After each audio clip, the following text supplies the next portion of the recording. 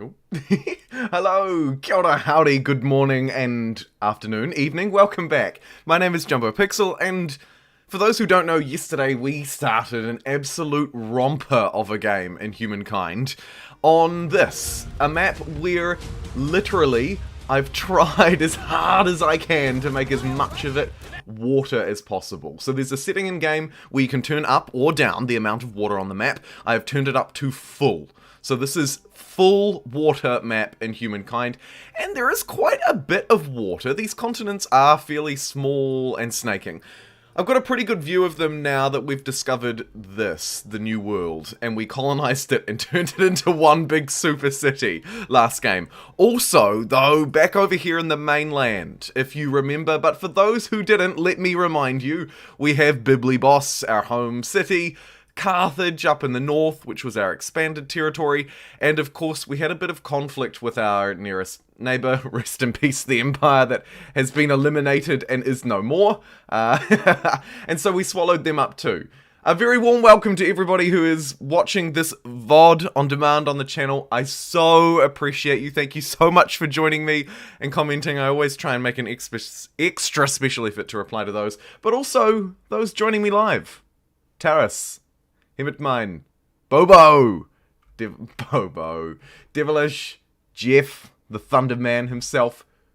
Hello and welcome. Now, let's jump straight back into the game. So, it is a hard difficulty. We're on standard game speed, which is 300 turns. You can see we're 186 in. So, we're over the halfway point, but we've still got a little ways to go yet. Mainly because of this. Now, one of the other difficulties that we're running into is up here, Unclaimed Wonders. I'm actually stuck, unable to claim any new wonders because I claimed the pyramids, and can't build them because there are no rivers on this map. Hunnicord, hello and welcome. Hunnicord says, remember to leave a like. That is fantastic advice. Sultan, I watched like an hour of the last stream and literally just finished catching up, watching the rest of it to find there's more now. Brilliant timing, Sultan. I'm so glad that's worked out for you. Yeah, starting a little bit earlier today, hoping to... Hello, Naps the Blink. Hoping to maybe make this a little bit more accessible for some of you Europeans who and also other people from India as well. I hear from you guys that these streams are pretty hard to get to because of my time zone. So I thought I'll wake up a little bit earlier today. Maybe starting an hour earlier will be helpful. I know there probably won't be as many people who will view it or whatever because I changed the time. I'm sorry about that if you're missing the first hour, but trying to make it accessible. Hello, Nawale. Here's our first decision, by the way. As I said on the thumbnail for this video, we have actually just now finished with the industrial era, and we're moving into the early modern. Sorry, other way around. Finished with the early modern, we're moving into the industrial. So, if you've missed the first parts of this playthrough, we've been playing the naval cultures, by and large, with a focus on money. On naval areas, on the sea, and on money. And I'm keen to extend that. I absolutely would love to have the French to finish off this tech tree, but we need to keep this game on point, otherwise there was no point to begin with. So, Mexicans as well, so incredibly strong, but they are not the ones we're after. Siamese as well, we had a great game with them last time. It looks to me, the Persians have a little bit of trade going for them. We could maybe lean on that. It's a rough... I don't know about that. That's a rough connection. The Brits as well, money from territories and science per territories. Potentially here, but there's no real logical pathway. I am good today. How are you doing, Naps the Blink? And Matthew Hart from Australia. So I'm already playing as the Dutch, right? So the Dutch are not an option, unless I want to transcend with them. Totally, could do that. The Germans have their U-boat, which is kind of on theme. But that's about as close as on theme as I can find. The Italians, definitely not. Mexicans are fantastic, but not on theme. Russians, no. Siamese, arguably not. The Zulu, very strong, not on theme. Dutch, we're already them. Persians, maybe. Austro-Hungarians, no. The Brits, again, it's a real loose fit. What do we think in chat? Devilish asks, any of them have decent stability? I mean, we could play as the Italians. Our commons quarters become insanely strong, and we just get influence and stability up the wazoo. But I need to keep on theme, and I feel like, unfortunately, the best way to do it here, aside from just transcending with the Dutch, is either the Persians or the Brits, or maybe the Germans, but the Germans aren't on theme with any of their other things. I mean, this district is fantastic, but that ain't it, Chief. So I feel like, yeah, I'm hearing votes for Brits and Germans in the chat. Let's rule out the Persians as well, then. We're not a big trader after all. And I'm not seeing many votes, except for you, Smiley, and I acknowledge you. But I think it's going to be the Brits or the Germans. Combat strength on our naval units. We get the U-boat. I'm seeing a lot of comments for Germans in the chat. Yeah, Hugo, Drucker, W177.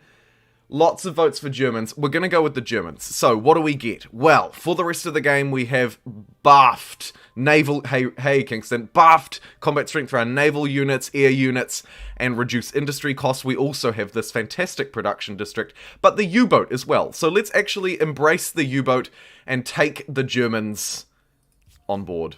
I like it a lot. I like it a lot. If you're not picking Germans on a sea map, when are you? A great call, David. A great call. Germans seem the most on theme. We have to be careful. Cyrus notes, we have to be careful with these unique districts that we don't pollute the entire world. They do provide +10 pollution, +3 industry per adjacent maker's quarter, an additional maker's slot, which I do desperately need. And +1 industry on district detection range and vision range as well. Okay, they're pretty good. I'm gonna just spend a little bit of this insane amount of money that I have here on the capital. Let's get rid of these market quarters. I don't think we need those, but I will buy out this infrastructure almost across the board. Bam. Bibli Boss is looking fantastic. A little bit low on stability, but I think we plan out a new district here around these districts. So, what I want to do is find a border area that's quite productive. Could even be this spot, right? Hey, Space Bunny, and hello, Octopus! Good to see you, friend. So, I'm going to try and find a bordering area between at least 2 areas of Bibliboss. So, here could be one. It's already a little bit developed, though. Here could be another one. Not a lot going on here. Let's have a look at the yields, see what we're dealing with. We are dealing with not a lot of yields. Okay, so we could actually plan a district from scratch around this wonderful coking works. Look at that. Yes, okay, actually, this is the game plan. So we can build one here, and then we can get another one here, and then we will surround it with a couple more of these districts to try and connect it all up. We can actually get a third one as well up by Biblibos, which will do. But like I say, trying to build on these adjacencies. So I'm going to connect up some makers districts here. Let's get that rolling. However, that rolling will be a little bit damaging going forward, probably to my stability. So I will also just quickly plan in a commons quarter, perhaps down here, although it probably makes sense that I start getting some adjacencies around this as well. That's a great science tile that I don't want to plunder, so I'll plop it. I'll plop it there. And maybe we just build that first. Oh, and Devilish with the $1.99 super chat. I missed the alert. Did it come up? Yes, it did. I just missed it. Thank you so much for, I was going to say for the first super chat of the day. That is wishful thinking. But thank you very much with the $1.99 super chat. Big brain move. Melt the ice caps. 100% water. Oh my god, you're so right. Let's pollute this world. Let's pollute it into destruction and see what happens. I'm here to be a little bit of an agent of chaos, after all. So let's try and do that. Let's place down all of these uniques while we can, in every single city known to man, including this territory, which is going to get a whopping plus 40 production immediately. Love it. What about Carthage? Okay, Carthage really needs to finish its harbour, so we'll allow it to do that. And then up here, there's another great opportunity for a massive industrial district. So we'll definitely move on that. Oh, and of course, we can get one across the way here too. Another wonderful opportunity, actually. Carthage is all about its production. That is fantastic. It can also get another harbour, which we should obviously do. And then it's going to absolutely tank stability left, right, and centre. So let's also ensure that we have some extra stability. And in fact, I might just throw that in there and then also shift these forward. We've got so much we want to produce, but the good news is now that these cities are ready, we can focus on the war efforts at hand. Which also means, hilariously, we're going to need a city free to produce them. How about we take a look up at Warpost 1, which is just about to finish celebrating with its parade. And then we'll be able to get into production. We should probably build this unique district, although we don't have a lot of tiles to spare. The jobs from the makers are probably really useful, though. What does a normal maker's quarter look like here? Not as good. Okay. Let me put it down maybe there. We'll expel a population, I think, to finish that a turn early. I won't expel 7 to finish that, though. So we'll get this district queued up and we'll buy it. And then we'll immediately move into starting to build up a bit of a navy, which I think will involve 2 cogs to begin with. And then we'll get the necessary text down the line. Are you open to nuking? I'm always open to nuking, Wolfmaster, absolutely. Although, actually, to capture the flavour of the game, I pose this to you in chat. Nukes. Are they on flavour, this game? Or not? Because, you know, like, they are difficult, and they are an investment. So, the question is, do we want to nuke, or should we just focus on building up the task at hand? And yes, I did spell flavour the correct way. What's the difficulty again, David? We're playing on hard mode today, friend. And Kingston Richard, what game do you play the most in your free time? That is a great question, and at the moment, it is Humankind, but not always. I play a very wide variety of games in my free time.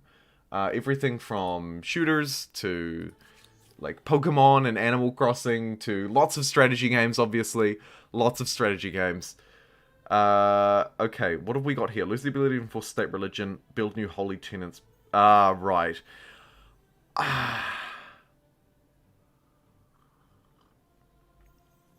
State atheism is a bit of a wild flip. It basically ruins our religion, but makes it much stronger down the line.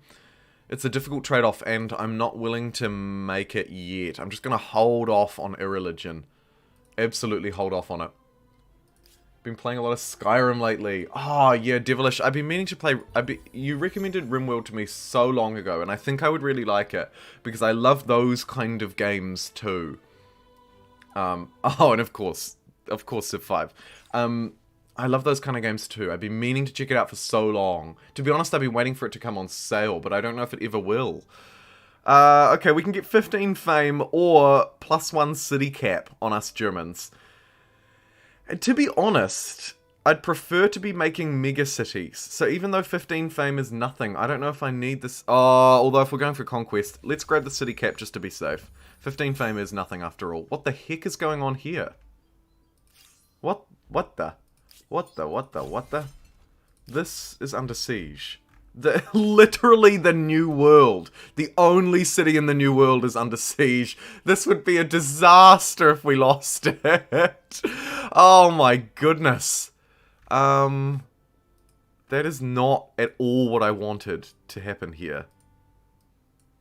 No, you madman. What can I do?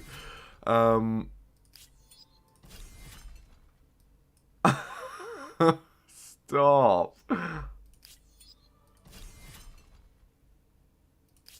What the heck? We're gonna freaking lose it as well as they get their... Hey, Kane! As they get their, as they get their siege gear online. Maybe if I detach... We've just got a new outpost. So what if I... we actually can't do that while it's under siege. Okay, well, screw me then. Can I get some units here quickly? We must have an army station nearby, right? Yes, we do. We have these. We have these. Crossbows. Alright, crossbows. Get over and protect the new world. Please. How long will it take them to get there? Looks like 4 turns across the board. Or 3 to there-ish. Okay, let's move them across. Oh, that would be such a disaster if I took this. Let's just endure the siege, I think. We'll hold off. Our peasants need to hold off just for a little bit longer. Actually, while we're here then, maybe we also just quickly grab, I don't know, an elephant. Let's get an elephant as well, just as a little bit of extra backup. Which we can't upgrade because we don't have the iron, but that's not the end of the world, I don't think. Woof, 5 turns. You slow, slow boy, but that's okay. We'll get him over there. That should fix that up, I hope. We're on hard mode. Hey, Paul, good to see ya. Good to see the channel members out in force. The goal ain't winning, it's building the pyramids. Yes, of course, there is that sub-goal of building the pyramids. We could maybe use the stability at the moment, so let's grab that while we invest heavily. Yes, so I need to get rid of this, the pyramids. This dang wonder that has been holding me back the whole game and may actually cost me the game. The only way to do it in this world, because I've turned off rivers, is to take the Harappan's hopefully unique district and then use it there. Because it counts as a river. So it's the one way that I can maybe build the pyramids to free myself up to build some more wonders. So that is exactly what we're doing. I'm not seeing hard mode as one of the options. The one above normal, it says it's hard in the description. What is the name of it? I'm sorry, I can't remember the name of it. Could be Empire. Not Humankind, that would be the hardest. That's like deity, right? I'm talking in Civ speak, sorry. Sorry, I'm talking in Civ speak. Maybe Empire. It may be Empire. Citation is needed, but someone in chat will help you. It might be possible to use Iron Reserve's ability to get more peasants to defend the city. Yes! Yes! Dennis points out a wonderful thing. I do have my militarist iron reserves, right? Which is, so if you click on the city, you can, not while it's being besieged, would have had to do it earlier, but I do have this ability, iron reserves, to quickly summon a whole load of peasants in to help this city. Unfortunately, I can't do it while it's under siege, but it's not a big deal because backup is on the way, ladies and gents. Backup is on the way. We've got these wonderful promoted crossbowmen and an elephant as well. So we'll just, oh, shoot. We'll just try and hold off on this for as long as we can. Looks like they are triggering the siege earlier than I would have liked. So we're going to have to manual resolve and try and hold the city. Worst comes to worst, we'll bring the crossbows in and take it back. Nation. Yes, nation. I play Metropolis mostly at the moment because I don't like min-maxing. Yeah, I think to be honest, when the game is new, like, just play on a difficulty that lets you enjoy the game. You don't need to try and min-max, in my opinion, which is why I'm not playing on Humankind mode. I'm sure it would be a fun challenge, and I will probably do it, like, next stream or the stream after for fun, but, I mean, do we need to play that every day? I don't think so. Here's a hill. Let's position ourselves on this hill. We also do need to defend the flag, though, so I might get one defender in here. Let's end this deployment. What have they got? Oh, this is a big yikes. Lucky we're sending in the crossbows in a few turns, because I think we're going to need them more as a cleanup crew than anything. Yo, has anyone found the difficulty very inconsistent? I've won a game on Civ, but then I wanted to play a game on Empire, says Dwarfalicious, just to play around with cultures a bit and got absolutely crushed. Yeah, I found massive inconsistencies too. Part of the reason also why I don't want to try Humankind just yet. Okay, we're going to defend up, absolutely fortify and hold. This unit is in a forest, which is increased combat strength against ranged attacks. They're probably unlikely to hit up against me on this hill too. So maybe we... let's just defend again. They're of course going to absolutely beeline that flag.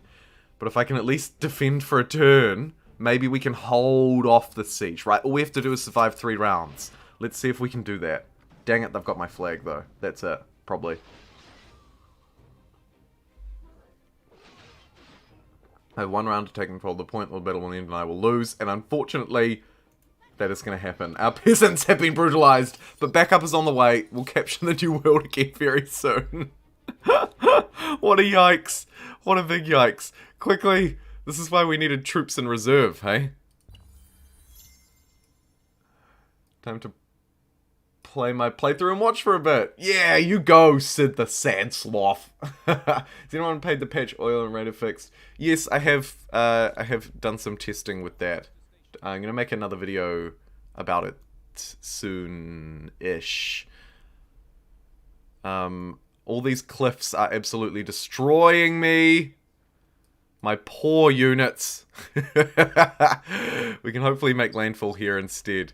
Go, you beautiful boys. I wonder if it's worth sending in even more. It's not like Kerma is short on people.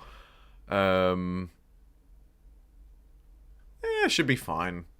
I'm gonna sort of play it on the edge, I think. Play it on the edge. Yes, Kane, you're right. The AI do also have different strengths. So if you find that there's a little bit of an inconsistency, it could also be that. Do check which opponents you're playing against. One of my tips in my tip video, and I think a really important one. You really do need to check who you're playing against, because some of the AI are much more powerful than others. They'll have like innate science bonuses and all sorts of stuff. Fame bonuses too. Lots of different things at play, so do watch out. Hello, Jeff the Thunderman. And Space Bunny. I hate AI with Patron. Yeah, some of their things are super strong. Okay, so we got higher army cost and assimilate cost. We've got this because we do now have an AI opponent. We go for the extra food on our cities at the cost of stability. Both of them are going to do that. I don't think I need to reduce the assimilate or the higher army cost because we're probably going to take them back anyway. There are quite a few civics that I don't have enacted here that could be useful though, right? Not that one, but a lot of our religious one here, religious minorities, for example, plus 10 money on territories following a foreign religion, plus stability on territories for, yeah, see, these aren't very useful to me unless I swap out to, I should really do this, shouldn't I? Unless I swap out to a secular religion was what I was going to say. Now, here's an important one. So I don't need to change my civics at all, and I can get +1 science per number of trade routes. Or we can change it a bit and get +1 science per researcher. That is massive. Let's buy that right now. What else do we have here that we haven't enacted? Independent peoples we're not interested in. Army composition.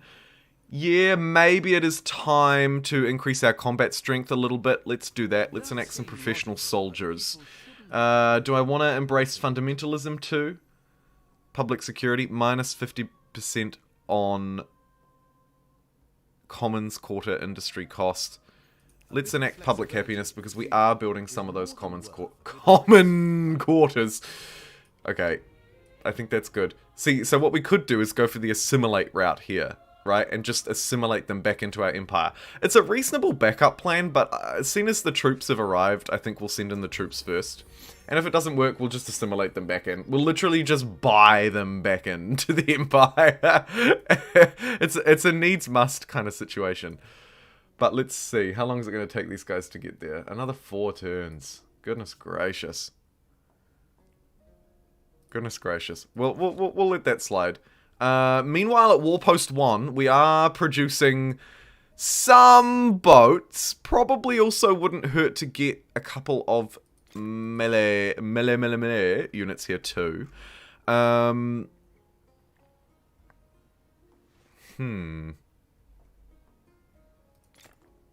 Maybe also the production infrastructure, just because we are going to be producing quite a lot of things. So let's buy that as well. Get this city nice and productive. Speaking of, we should probably also shift some of these specialists about. Keep them in food so it grows. In fact, let's just put that policy on city growth. All food and all industry. We're not so much worried about gold and so on here. We are just massively focusing this down as Warpost 1. So let's keep that up. We need more jobs, actually. We need a lot more jobs too. So once we get the next Hamlet technology, we'll be able to fix that. In the meantime, I could consider putting another Maker's Quarter in as well. Let's do that first, just for the one extra job. Okay, brilliant. Warpost 1, you're looking good. You're starting to get a bit of a fleet as well. Brilliant stuff. So in Civ 5, 6, Humankind, do you focus on military, economy, or religion when starting a new game? Jeff the Thunderman, a wonderful question. A wonderful question. And yes, I suppose this is, in reality, more of a realistic map, isn't it? In a weird way. Yeah, some commenters on yesterday's VOD pointed that out, and I was like, yeah, actually, you're right. Plus 20% money for grievance and surrenders, +1 science on Commons Quarter, and +1 money on Commons Quarter. It's going to throw us rapidly toward liberty. But I like that a lot. That's really powerful for our Commons Quarters. Let's grab that. And to answer your question, Jeff, out of military, economy, and religion, I would focus on economy, because with economy come the rest. But I think, more importantly, food. Food, food, food. Feed the people, right? Feed the people. If we could get up on these cliffs before we attack this city, that would be ideal, but I don't think I would have built it in a way that is conducive to that. So, let's just walk our way around. It shouldn't be an issue. It shouldn't be an issue. They're fairly disorganized rebels. Jumbo, how do you like the Civic screen? I actually really do quite like it, Octopus. I like it a lot more than Civ 6's culture tree. I think it's a lot easier to read and understand. I mean, the society screen's wonderful. Delving into the civics tree itself, I like that it's a branching tree. I like how you can get the general feel for what the policies do by their arms down here. You can see there's 7 arms. Although I would like it maybe if they were a bit more color-coded or something. And I think in general, if you hover over the Civic, it would be nice to get a tooltip of, like, the choices it's offering. Or the bonus you're getting. I think that's a minor thing that would make this tree a lot more usable, right? When I hover over this, I don't want something that tells me no decision has been made. I can tell that simply by the fact that it's glowing already. I don't need to know that in a tooltip, but what I would love to know is what it can do. Also, I think it would be quite useful if you could get hints at what's coming next, because after you've played one game, that's more of a memory thing rather than a discovery thing. So maybe if you've had it in a previous game, if it was sort of grayed out, that would be another really nice thing. But overall, I really like the civics structure. I like the sort of RPG civics tree kind of feel to it. I think it's usable and it's good. It's good. To answer your question in a very long-winded way, wish the tick tree was in circles like Endless Legend. Yeah, or Sid Meier's Beyond Earth. Shout out to you, Hannah. That would also that tree could be kind of a fun structure. Let us hold a siege against the city for the time being. And we've unlocked the Citizenship Civic, which will give us +25 stability on all cities, or +5 stability on Market Quarter, and shift us way back. No, shift us way out. Yeah.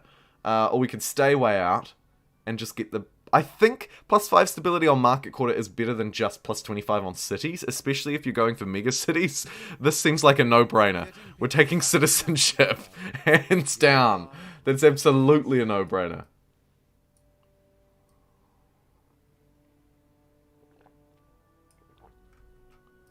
Dwarfalicious, your point is well taken around focusing on military, because military and combat's really fun in this game. So an early Humankind playthrough might want to just focus on military. And your second point around falling behind is sort of a common 4X thing, right? Like you fall behind when you're not teched up. But actually, I feel like if you put your army to good use, then it's sort of a non-issue. Unfortunately, they've brought in some backup here. Let's just hold this siege.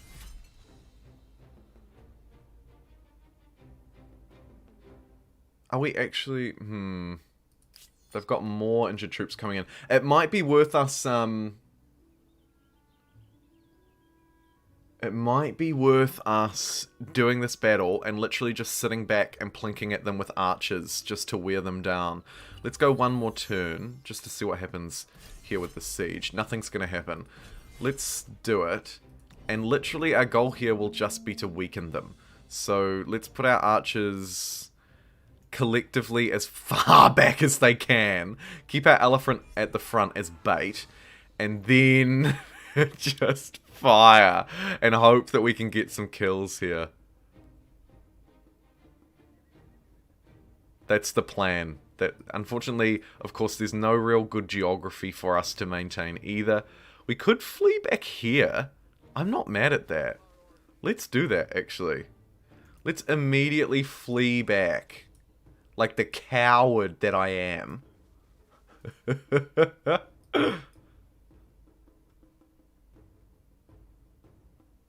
Because they've got their forts as well. So, it's kind of not interested in that. Okay, let's try this. This should be interesting. Interested to see how this plays out. Who's still got to move? You do, but you can't move again this round. But you can fire, so we may as well do that. Okay. Let's hope we don't take too much damage. They're coming out of the city walls, which I like. But they're going to brutalize this poor archer that couldn't get back in time. It couldn't get back to the high ground, and it absolutely got destroyed. That was to be expected. Let's continue this movement. Right, up onto the high ground. You are done. You back here, unfortunately, don't quite have the range to fire. Maybe if we move one tile forward. It ain't enough. It ain't enough, Chief. This has gone horribly wrong. Let's move back to defend this guy and literally just defend in place. Yeah, okay. Maybe we go with the influencing route for these guys instead. They've sort of outnumbered us. We can take a couple of them out while we're trying, though.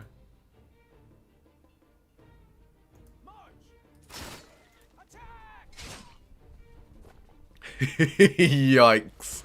That is a big yikes. Okay, game plan B. To get back Mega City. And it's arguably a much, much easier one. Oh, we did manage to escape with one of our units, which is nice. We'll end that siege next turn and just buy them back. We'll also spend the 200 gold to get past that event. And what have we got here? A new standing army. Brilliant. Actually train up a proper army instead of sending in the plebs. Okay, so this will be much easier. Watch this. We're just going to throw a whole load of money at them. And maybe even a whole load of influence too. To start influencing them faster than the Umayyads. Okay, that's fine. I'm happy to leave that as that. Let's focus back in on the task at hand, which is trying to get this capital. Unfortunately, we're losing a lot of pop here. And not really gaining them that fast. Let's make sure we keep our specialists on producing that food. Because as we train units, we're going to lose population. My current campaigns, they're Space Bunny, the AI are hate-filled. I don't know why. All I did was destroy the Mongols. In my game, the turns are glitched. I have to save and load every turn. Oh, average. Average, they are fixing that in the next patch. If you're playing on Steam, you could try and download the beta version of the next patch and see if that works for you. That's a possible fix. It's kind of the only one I can offer you at this point, though, unfortunately. That is sort of all they've offered. Yeah. So that sucks. Feels bad for you, man. Feels bad. Let's get another boat here.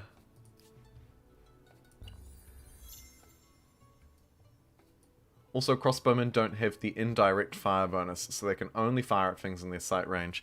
Yeah, not quite as good. Not quite as good, eh? Not quite as good as the as some of the other ranged units around their era. Do you think playing tall is possible in Humankind? I mean, one city tall. I've always loved playing Venice and Civ 5. Oh, DJ. If you've been around this channel long, you'll know that I also massively love Venice and Civ 5. So, technically it is possible to play one city, and that you can just attach cities together. Right? That is absolutely a thing that you can do. So you can claim a whole lot of territories and then merge them into one mega city. If you mean play one territory, that becomes much harder because you miss out on some vital era stars, like the expansionist era stars. However, it's not impossible. It is totally possible. If you can at least attach maybe 1 or 2 territories to it, then you'll have all of this space. Right, look at this, Bibliboss. Not even a huge city. It's only got 3 territories, but I've got ample space here. So yes, it is definitely possible. Attach and absorb as many territories as you want on, and you can just play with 1 city. If you meant more like playing tall, as in what would be traditional in Civ speak, to play tall, i.e. to not have a lot of land to manage, it is harder but not impossible. We go superstitious and lose some science, or we could just pay 100 gold. Obviously we pay 100 gold. Look how much gold we're earning. Gold is not a problem. Speaking of, let's just pump out that special district. Get our production online now as we shift these cities into massively productive ones with the Germans. Speaking of, it would be quite nice... Oh, patronage first. Patronage is massive and it's going to absolutely change our game. So let's get patronage first. Stability here is not a problem. Maybe we get a little bit of infrastructure in place while we wait for the population to grow. There aren't really luxury resource deposits though. +1 science per population, I mean, it's a really minimal gain, isn't it? +1 stability per researchers, we don't have any.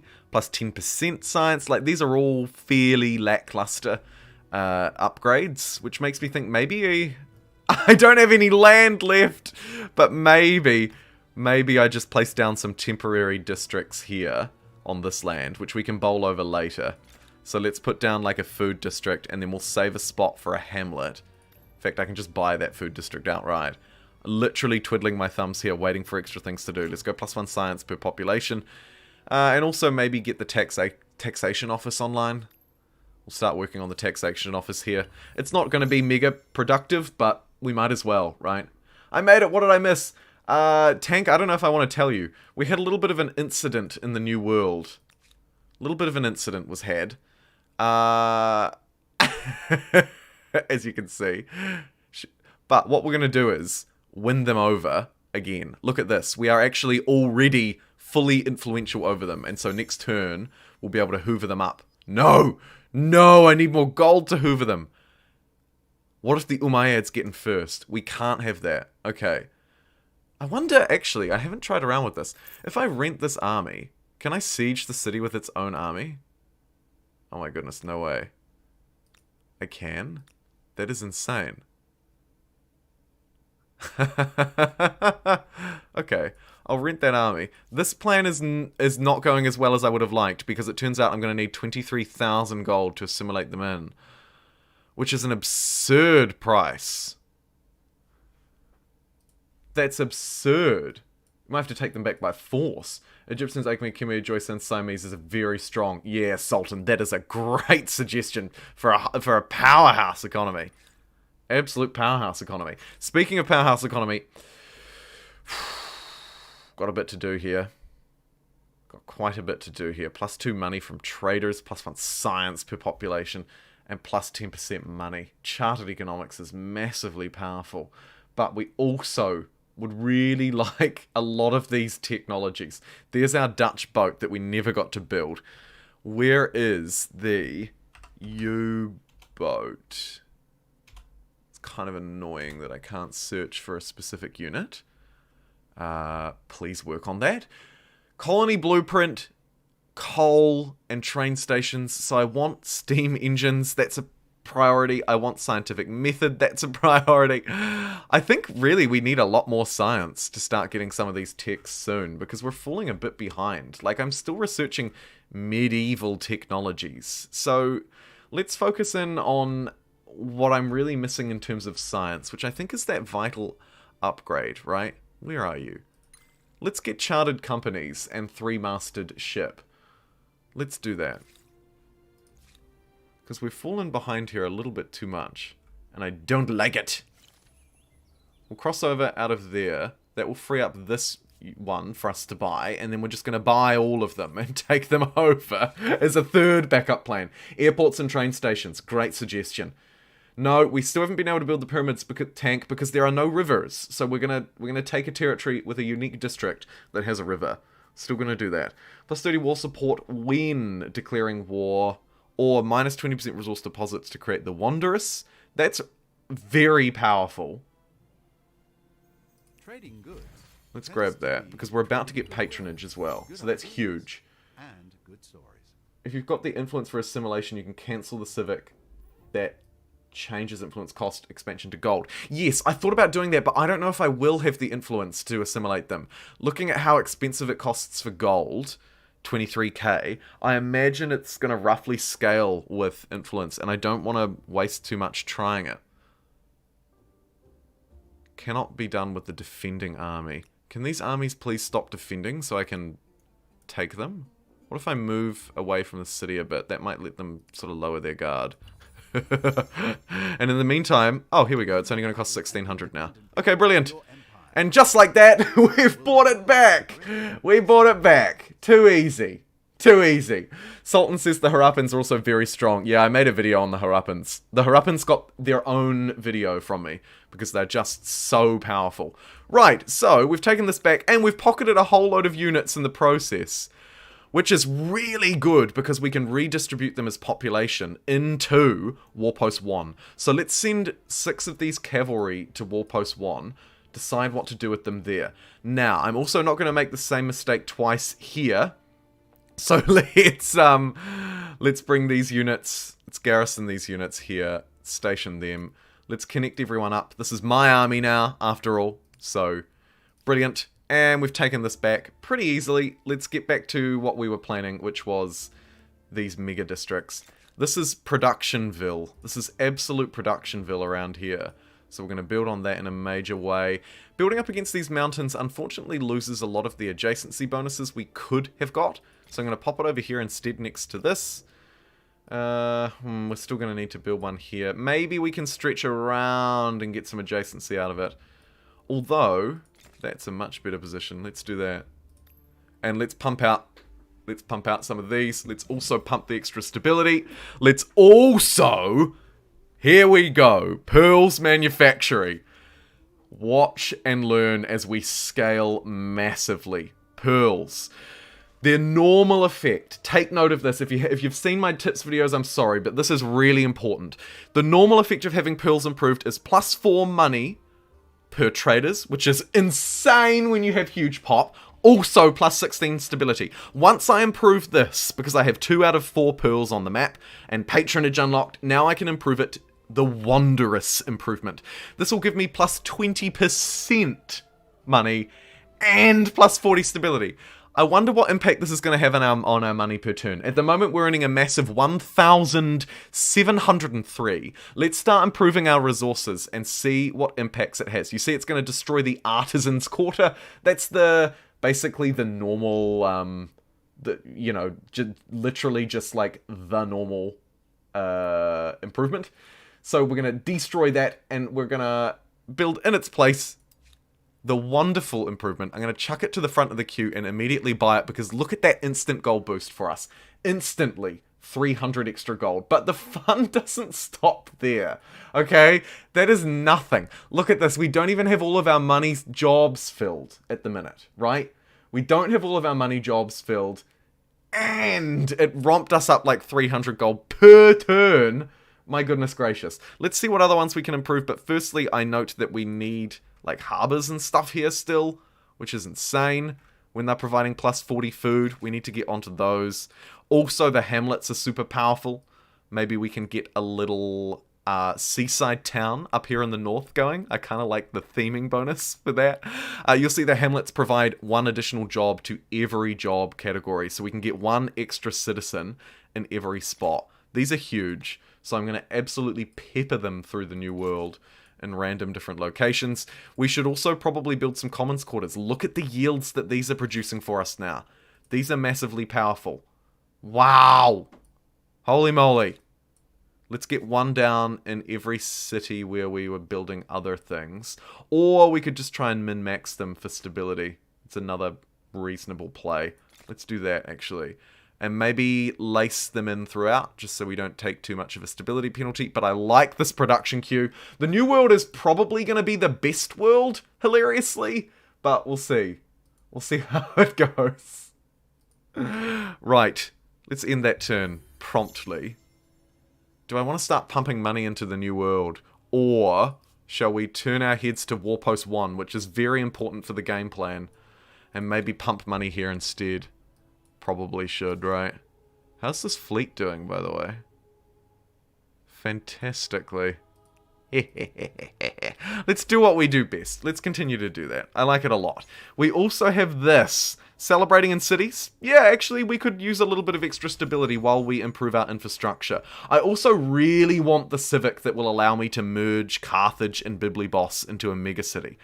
Oh, obsidian manufacturing. Here's another example. So, we have majority of obsidian on the map. At the minute, it is providing us with plus 2% industry and 4 stability. Now it's going to provide 5% industry and 10 stability. There's actually only 1 on the map as well. What a rare resource. What else can we improve? Incense. Let's get the incense manufactory down.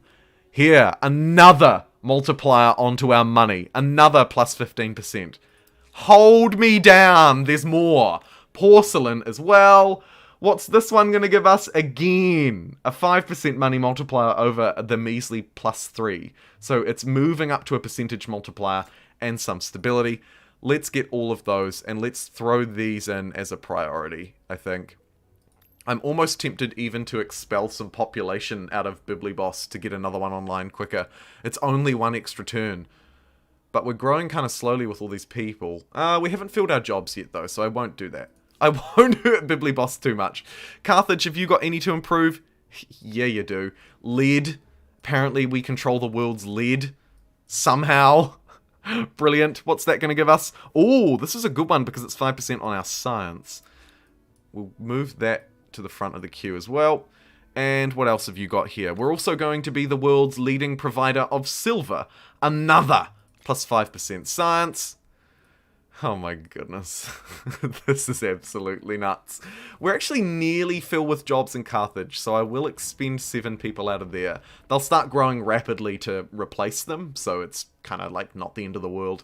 In fact, we could even throw 1 more farmer in just to speed it up to make up for that loss. I'm willing to lose a bit of gold to make up for that loss, actually. I'm willing to lose quite a bit of gold to make up for that. Okay, brilliant. And is that all of our resources connected?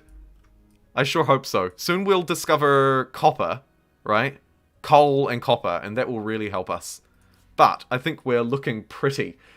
Stacking time. How do you plan on dealing with the other empires? Bobo, to begin with, it's going to be aggressively. Here from Warpost 1, we're going to take this capital city, Harappa. We need it for its unique districts, so there is actually a strategic reason to strike on Harappa. But yeah, that's our first plan. Gold will flow, so that's fine. Yeah, right? Who needs population when you've got money aplenty? So much money. I would like to move on them within the next sort of 10 turns, though, to help with my militarist stars. So, gonna need to start focusing on this a bit more. Let's finish off this taxation office and get... My goodness, my units suck. 2 of these guys. And that's kind of it. Jeepers, that is rough as guts. Plus 5 experience when creating unit. What a terrible thing. 2,000 production. Get out. Yeah, I'm just gonna... I guess I'm gonna have to build a couple of crossbowmen as well. That's the level of disappointment we're at. We could get plus 25 stability, but we don't need it in this city. We just don't need it, so let's not bother. Let's save that place. Maybe another Maker's Quarter for the time being.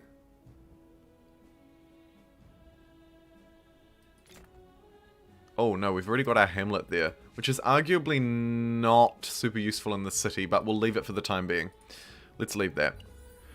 Once you take their capital, connect it to Warpost 1 to form as a form of dominance. Oh, absolutely, Cyrus. BitGMD is late but here. One question. Does anyone know why we can't rename cities in the Game Pass version? No! And I heard that yesterday in chat, and it really surprised me. My understanding was that the Game Pass version should have been the full version. So I'm not sure why you wouldn't be able to rename cities in it, but it is definitely a thing. Whether it's on accident or on purpose, I don't know, but it's definitely a thing. We might as well send these units over to Warpost 1 as well, right? Let's get all the units over here. It'll take them a few turns, but we have the first contingent arriving momentarily, which we were gonna implant as population, but I don't know about that anymore. For some reason, I was really looking forward to this, says Jason. For some reason. I don't know how I feel about that. I'm just messing with you, Jason. Pleasure to have you here. Yeah. Wish they made naval units more important. Personally, embark units shouldn't be able to fight naval units. I agree, Saber. One of the really disappointing things has been that the naval units just... they just feel less useful, don't they? And on this map, I have literally turned ocean up to full, right? As much as the game will allow me. And still, there's not a great need for me to have a navy. I'm going to have a standing navy. And they can actually bombard onto land and do some insane damage. So don't confuse the early naval units for the later ones, because as you go through, they do get better. They do get better. So, yeah. There's some use in them when you can bombard from the sea to hit the land. But apart from that, I agree. And particularly in the early and mid-game, it's like, why would I even bother with naval units when my embarked units are actually super strong? Like, too strong. So, Warpost 1, does it have its jobs filled? No, and it's building units. So let's maybe swap a couple of cavalry who can't climb walls for a couple of units that we're building. So let's disband these cavalries in here. They're going to provide 2 pop each, which is massive. So let's just disband all of those. We've got more on the way, remember. And instead train some of these. We've now got 11 pop here, so we're doing really well. City's food output is still it's too low to sustain any more than about 10 pop. So that's worth remembering.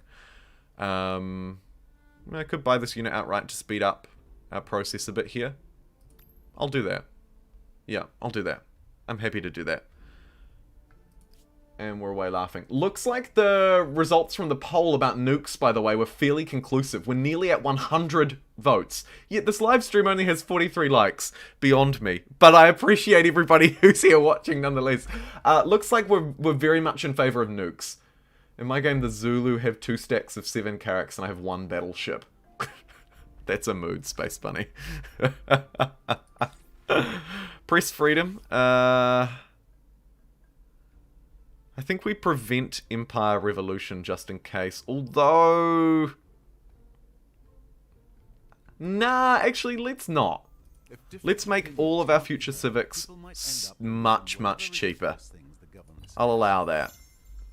What's our standing army look like here now? Pretty abysmal. We'll upgrade them so we at least have a little bit of strength. Here comes some peaceful barbarians on our shores. My question is, where are they from? Maybe use iron reserves of some extra units against Harappa. Yeah, good call. Who wouldn't want nukes, says Average John? Yep, that's a fair point. That is a fair point.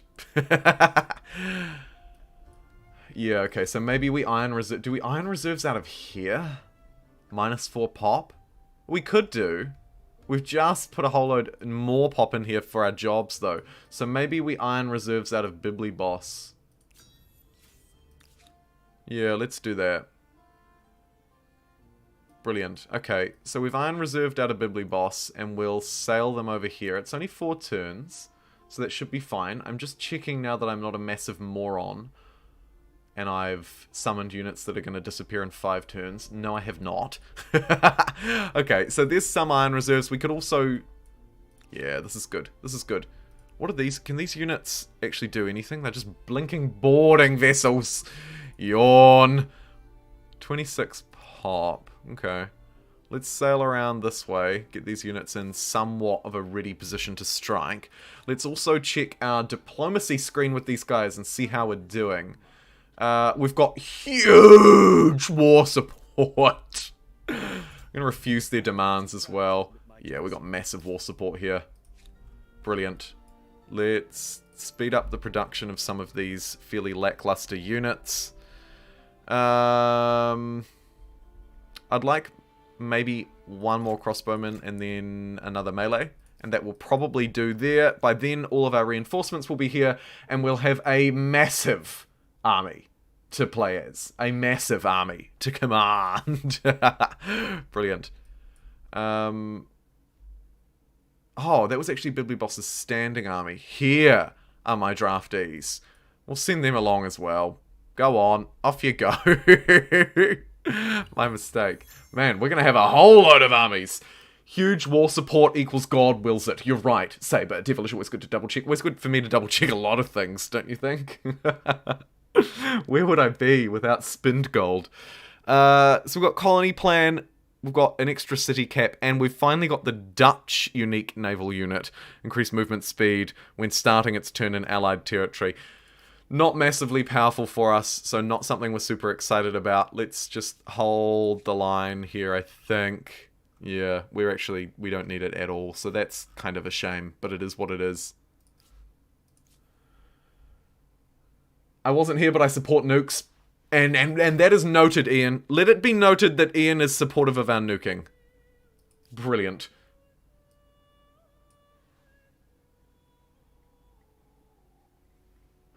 I think we're just about ready for war. Yeah. I see the war sticks coming out in chat. I think we are. Probably next turn or the turn after we'll go. We don't want to wait too long, of course. Let's embark these guys. We've got everybody embarked and just like looming in on this capital. What's its geography like?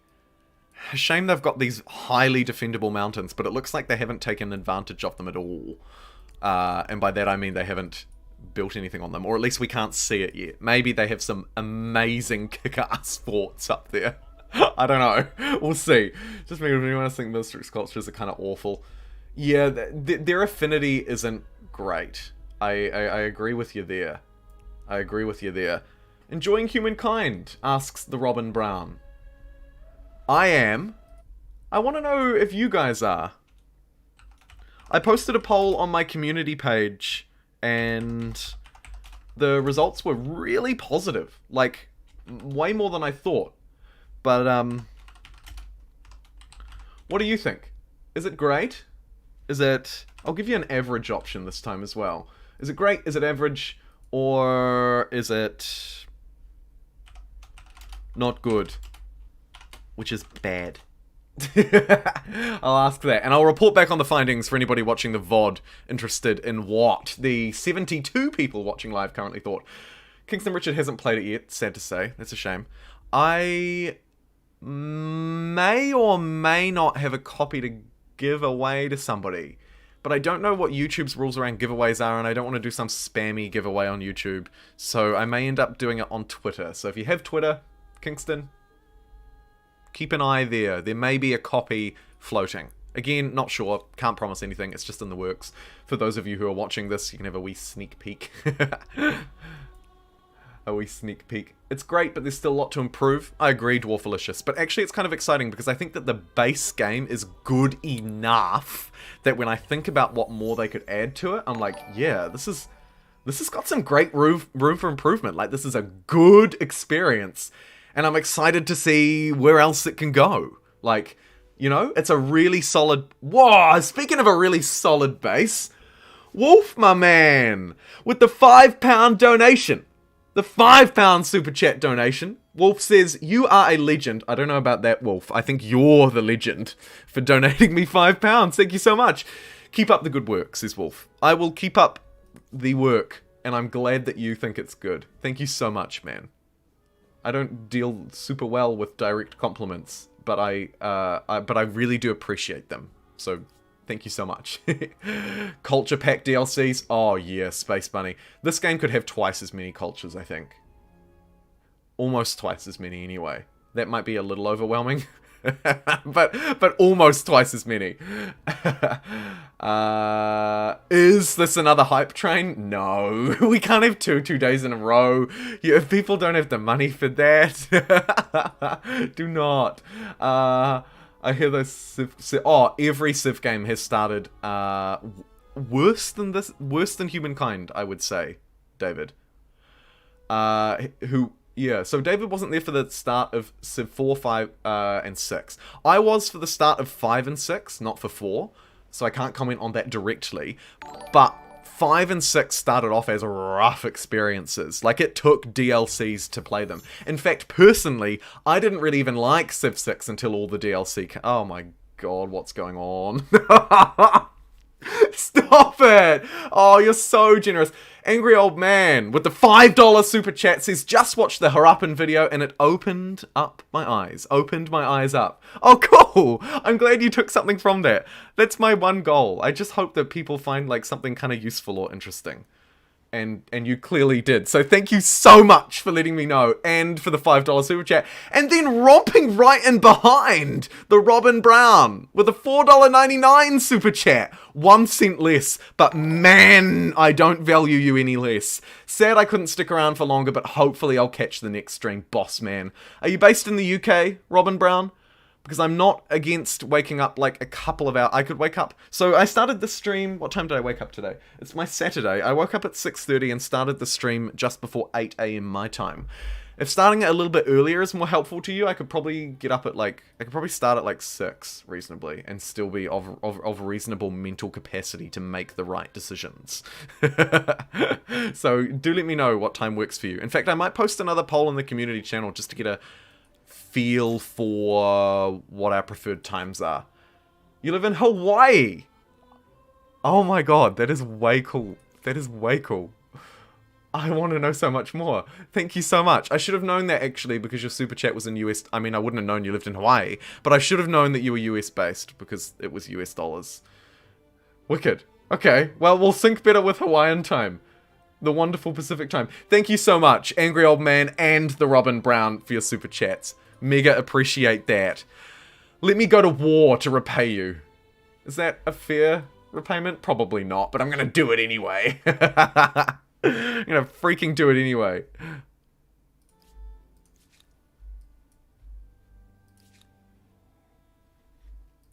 Where are they? Right. We can declare a formal war because our war support is just absurd. As a militarist with the affinity, with high default war support. Let's do it. One of the first times, actually, I've ever had war support high enough to declare a formal war like that, so that's kind of exciting for me. These are our super trained bad boys, so let's bring them into the fray. All of them, thanks game, not just one. We can embark next turn. What have we got here? 3 crossbows. Where are they actually going to be able to be based? We might have to dock them there as well. Let's move them there. I think we send this army in along this bottom coastline, right? We probably dock them here. Unfortunately, there's a few forts that I didn't foresee. But they're there now. Oh, man. Daniel Cripps. This is a few days in a row from you, Daniel. Make sure you're taking care of yourself out there too, my dude. But, obviously, I'm super grateful. Daniel Cripps with the £5, which is $10, or US, I think it's like $8. Citation needed. Hype train is a chuggin'. Oh, thanks, dude. I really appreciate the super chat. That is awesome. Space Bunny. War. I don't have any DLC though. Orcs. Almost did the same thing, but decided to give it a shot. Not as good as 4 or 5, but not awful. Yeah, I agree. I agree with your reflection on Civ 6 there. Well and truly. Sorry if I didn't answer it. If you have more questions about my thoughts, I'm happy to answer them, so do throw them in. Oh, shit! Nearly swore, but I caught myself. Hashtag PG friendly, hashtag YouTube safe. Angry Old Man threw another $5 super chat into the ring. Stop it, Angry Old Man! But also, thank you so much. This is YouTube. No hype train here. A valid assessment. Although, is it correct? Am I on board a train right now? I feel like I am. I don't know. But thank you so much for that. Hey! Nemanja?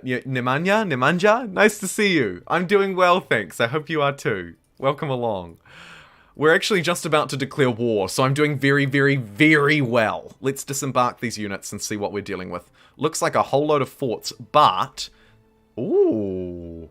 And the Temple of Artemis, which will give us +4 food, +2 science, and +1 vision range. Wonderful. Let's take that.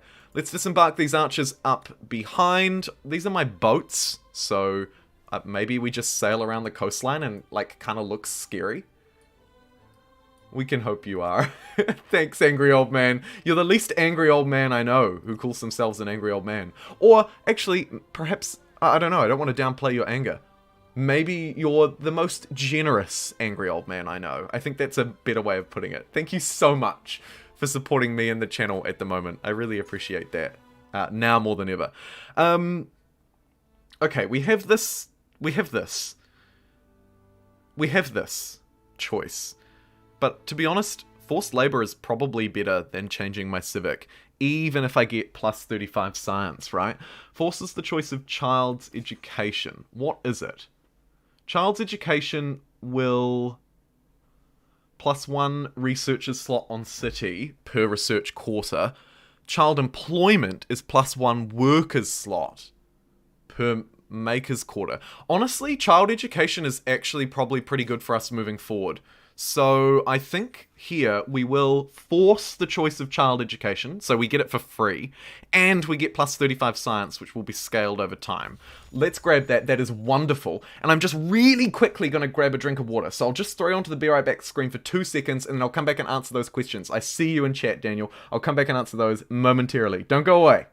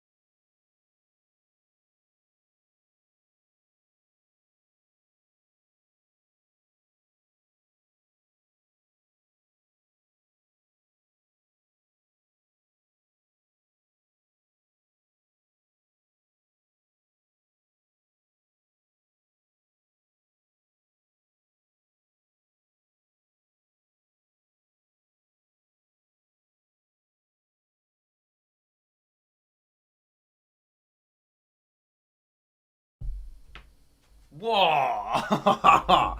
Okay, that was quick. I am back. What did I miss in the chat? First and foremost, Wolf, did you just super chat again? You did! 9 minutes later! Wolf has super chatted £5. Cry havoc and release the war hype train. Thank you! That is awesome! Thank you, Wolf. And what else did I miss? I have an hour left of your first episode, so I can't watch this one yet. Just came to say I'm loving it. Keep it up. Awesome, Tom. I hope when you get to this point in this video, Tom Wilkinson, you're like, yes, he saw me. I see you. That's wicked. Daniel, I'll have to stop for now, but I'll be looking at getting channel membership soon. Oh, cool. But also, you know, do always take care of yourself. I would love that, obviously. I'd love to have you as part of the crew, but do take care of yourself with your finances. I became an angry old man watching CK3. You say now more than, you need the science right now. Child labor, let's go. Coo. Hannah, kia ora. I know it's too early for you. I'm sorry. I've been thinking about your times as well. But nice to see ya. Need to come up with a name for the YouTube hype train. Or maybe we call this Pixel Armada to stay on theme. Ooh, Armada is a good word. And forced labor is just for the greater good. Yes, absolutely. Right, back into this game. Thank you, Wolf, for that second super chat. You're an unstoppable behemoth. Behemoth? Behemoth, and I appreciate it. And Hannah, make sure you catch up on those Z's, but thanks for stopping in and dropping a like, 2/3 of the way to my goal of 100. My irrational goal. Thank you. Right, I should also probably put you back onto live screen, shouldn't I? Hey, he's onto it. Alright, let's roll. Back on board with the war hype train. Let's take this city. So, wondering if I can get the high ground here too before I engage. What does this terrain look like? Actually, it looks dreadful. Maybe we could embark into this lake, disembark here, and then up on these hills. Yeah! Do we have any ranged units here, though? No. They're all over here. Shoot. Maybe during the deploy phase, we can redeploy them. We'll probably just go with that, because I don't want to waste too much time jigging them around. Send that reinforcement in. Here are our peasants. They're like, yeah, just here to fight. All the way from Bibbly Boss. They've never fought a day in their life. They've got their cleavers from out the back at the butcher's workshop where they spend their Saturday mornings. Oh my goodness. But they're here nonetheless. Fantastic stuff. Forced labour is for the greater good. You're right. There'll be no greater good here. Only the holy word of the Emperor will guide us into this hostile galaxy. A mood. If you get those mountains above the city, you're in a steamroll. I know! That strategic position above that city is, well, frankly, it's pretty nuts. Like, imagine being positioned up there. That would be ridiculous. Let me end this turn. Right, let's just station these boats, I suppose. They're not going to be able to do much else, so we might as well. We'll get a hamlet up here, get some more jobs. Jobs, and more jobs. We'll put it over here, I suppose. It's as good a place as any. And I really need to start merging my super cities. What is the civic I need? Could someone let me know the name of the civic if you know it in chat? I know roughly what it's called, but I can't quite remember off the top of my head. Civics are related to the organization of your ministry and politics, right? Is it one of these ones? It must be. Or, actually, it could be... Oh, shoot. I can't find it. If someone can let me know in chat, I'd super appreciate it. Otherwise, I'll look it up and find it so that people watching the VOD don't rip their dicks off. At my ineptness. Someone commented yesterday, they were like, you need to spend more time in this game because you suck. And I was like, yeah, a mood. Okay, anyway, Warpost 1. Maybe we get some more improvement infrastructure here while we wait. Because we don't actually need to build a lot more units right now. So I might just build that parade. It's a tech, military administration, fool's code. Jumping into the chat and safing my ass. Let's go. Military... what are we looking for? Military administration. Military architecture. Absorb city. There we go. Military architecture. You were so close, but you found it for me, Fool's Code, and I appreciate it. It's a tech for megacities, Angry Old Man. Yes, it is indeed. Thank you, chat, for coming to my rescue. It is military architecture, and it's actually only a medieval tech, so we're just going to grab it. I'm going to grab it and run with it. Oh my goodness! They also have this wonder, which is providing +10 stability and money on outpost and 5 influence. Mean. Oh, look, and these are within the city walls. Unfortunately, that was going to be a hard take. This is a beautiful territory, by the way. Can we appreciate just how fantastic looking this is? What a spot to live. Man. Okay, we're just going to absolutely overwhelm them with the siege, to the point where I think we just... Do I just auto-resolve this? Do I dare auto-resolve this? I don't know. I don't know.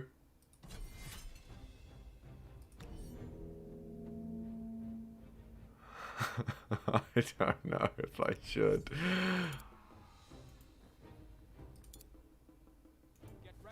I think now that I've manually forced some of these units to deploy, I will allow the game to auto-resolve this fight.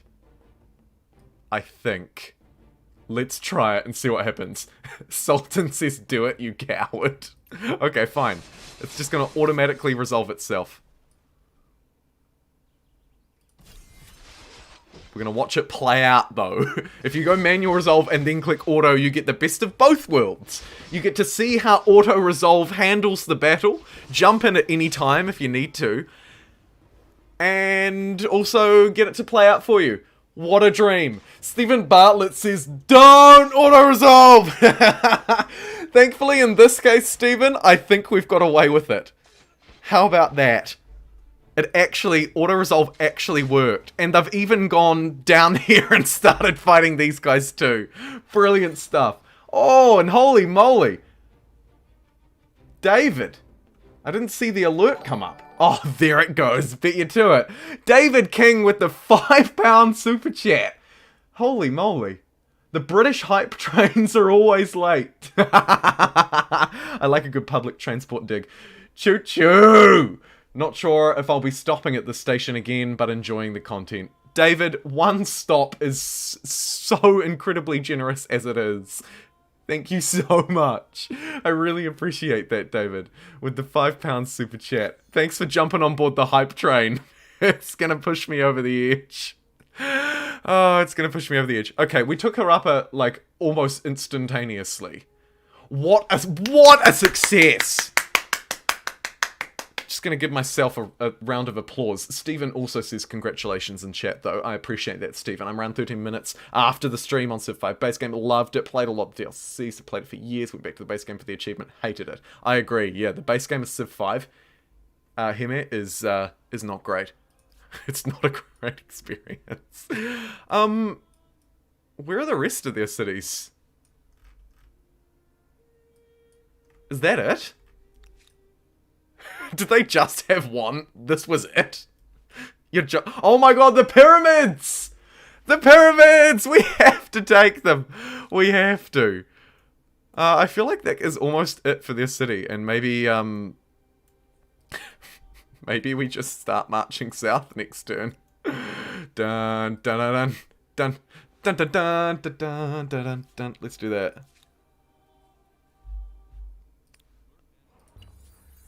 Where are the rest of their territories? Of course I'm close to victory in the war. We're destroying them. We'll insta-resolve this. That's an easy victory. I think I am a monster, angry old man. I think I'm a monster. I just wiped them out. Oh my goodness, he did? Oh my goodness. What? Okay, well, Warpost 1 successfully achieved its goals. That's fantastic. And look! Finally! We have the spot for the pyramids! We can finally build the pyramids. Where can they even be placed? Here, look, the only river in the game. These guys have the only rivers in the game, and they haven't even built them up, which is triggering to the nth degree. Wham. Wham. Let's get every man, woman, child, and gender binary person, dog, cat, bird, plane. Let's get everybody building these freaking pyramids. Let's also maybe take Warpost 1 and Harappa and merge them together as soon as we can. Merge these mega cities. Let's... Do we continue rolling this army? Do we continue to roll the army south? Maybe we do. Maybe we do. Who's in my way? These guys. The Umayyads are in my way. Let's put it to a poll. Is this going to turn into a military conquest? Not what I intended for this playthrough, but it just might. Do we go military? Or... no. Do we play the 300 turns out? I'll put it to you in a poll. Do let me know. The previous poll around enjoying Humankind was a 77% vote for it's great. 21% voted in the middle for average, and 1% voted for bad. There were 83 total votes. Good stuff. Let's march these guys south just in case. March them south, merge them together. All the boys, all the armies, war, war, war. Shouts, Bobo, from the chat. It's a military conquest, just roll the army and insta-win. Blitzkrieg! Okay, let's send our navy down. Our sorry excuse for a navy, but undoubtedly the strongest navy in the game, mind you. Would we like to go scientific facts, hard out science? I think the answer is yes, but we can't do it because we don't quite have the influence for it. So we'll just hold off on that bad boy. We're at turn 230, so it wouldn't be huge. Oh my goodness, I can claim another wonder. And the poles have fallen. See you later, Poles. Wouldn't want to be you. Look at all these wonders that have gone unclaimed, by the way. Oh my goodness. +1 food from faith. Plus 50% military money on calm cities. Machu Picchu. Statue of Liberty. Big Ben for the science. The Eiffel Tower, an insanely productive wonder. Look at all these wonders. Let's claim the Taj Mahal for literally 450 science, right? Because I just haven't been able to buy any wonders. We jump over here to Bibliboss, which just can't build it. What's the bet? It has to be built over here. These guys live in Wonderville. Cannot be built without a river. Yes, all of these wonders rely on rivers. Let this be a note. If you want to build these wonders, don't turn off rivers in your game. Do not turn off rivers. Also, can we appreciate how cruel the game was in giving the Harappans the river territory? Like, of all the people, the Harappans got the rivers, as if they actually needed them. As if the Harappans needed rivers. Well, they got them nonetheless, I suppose. Let's merge these armies in a way that is kind of like logical and reasonable. I.e., make them as big as they can possibly be. And I'm hearing a lot of march south in the chat. A lot of people calling for a march south here. Angle what? Yeah, we'll grab the what as well. It's only going to take us 7 turns. I figure we can probably grab a couple of wonders. Kia ora, Jumbo, what did I miss? Started the stream an hour earlier. Yes, no name, started an hour earlier to try and make it a little bit more accessible for my European friends, who absolutely jumped on the hype train. Thank you for subscribing, Laszlo, by the way. Free Australia, don't make, just take wonders for the achievement. Don't make, just take, should be the tagline for this playthrough. Don't make, just take. Because that's literally all I've done. I've produced some really poor cities, I've lost them to barbarians. Oh, speaking of, we are actually under siege over here, which is fun. This time I've got a couple of units standing by. Let's just quickly manual resolve this, because look at this geography. These guys don't stand a chance. Not sure what they're even thinking, to be honest. I'll just position myself. Actually, let's just position ourselves right up on this hill. And in that deployment. Yeah, I mean, like, what are these free tribes even doing? I'll literally just defend everybody, because I don't need to attack them. I've got the high ground. And look at this damage. 64. I mean, defend, defend, defend, defend. More useless attacks by the barbarians. Sorry, the neutral tribes. I should get it right. Oh, Ivan, we're going on a holy crusade. That we are. Straight to the Holy Land. Defend, defend, defend. They sacked themselves in again for nothing. Total waste of time. Not sure why they bothered. But they did. Back to the task at hand.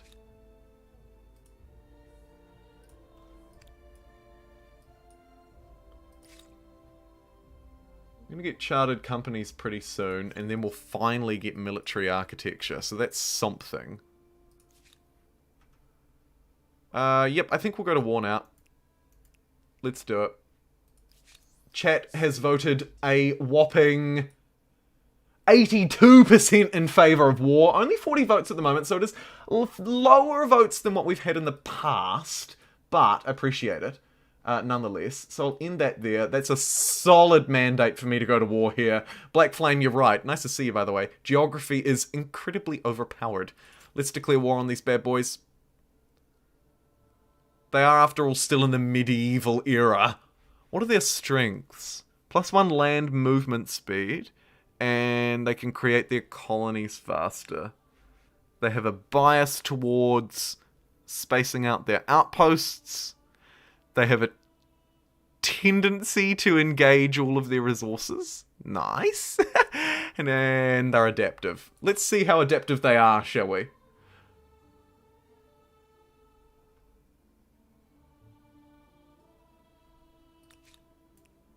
Let's just see how truly adaptive these bad boys are. I don't think they're going to be overly adaptive, to be honest. We've still got our militia here from Bibliboss as well. I love that they're just along for the ride.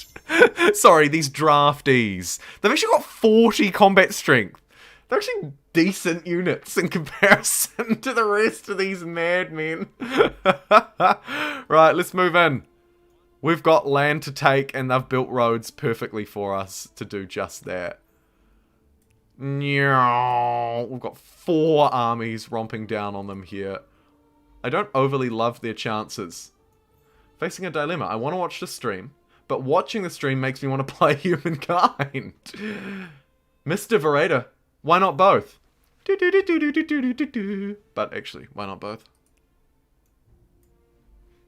It is the eternal struggle, isn't it? A bit of civics osmosis going on here, but it's largely because they're osmosing. I'm osmosing into myself. Sure, we'll take slaves. Let's take slaves, because why not? The game was like, hey, you're going to war, maybe you should take slaves. Okay, I guess I'll take slaves. Whoa, Steven! What are you up to, my man? Steven with the 10 Canadian dollars. The politest dollars in town. With the $10 super chat says, Canadian contribution to the war effort. Winky face. Wicked. Thank you so much. Thank you so much. Matthew Hart offers a nice suggestion. Watch on your phone and play on the computer. Have 2 screens. Also a great suggestion. Why not both? Just started a Civ level game on my other screen. Got the Harappas. Yes, go David. Go David, you beautiful you. I love games where you can developing rifle barrels while the enemy's just trying to figure out how the crossbow. Yeah, no name's so good. Humankind endorses slavery. Hashtag cancelled. Oh no, no. Thank you so much for that beautiful yellow super chat, by the way, Stephen Bartlett. I appreciate that a lot. You're a wonderful supporter of the channel. Thank you. Thank you, thank you, thank you. Oh yeah, we do also have this wee skirmish here in the new world. But I think we can probably pretty safely auto-resolve this. We'll jump down off our high hill and absolutely decimate them. Or buy a specialized JumboPixel computer, says Black Flame. Just have it running all the time to watch streams. You just play my videos on loop. That would be awful. I couldn't think of a worse living heck to live in. Hashtag YouTube friendly, hashtag not cancelled. Oh look, these boats. Just position yourselves there. Although, actually, no. No.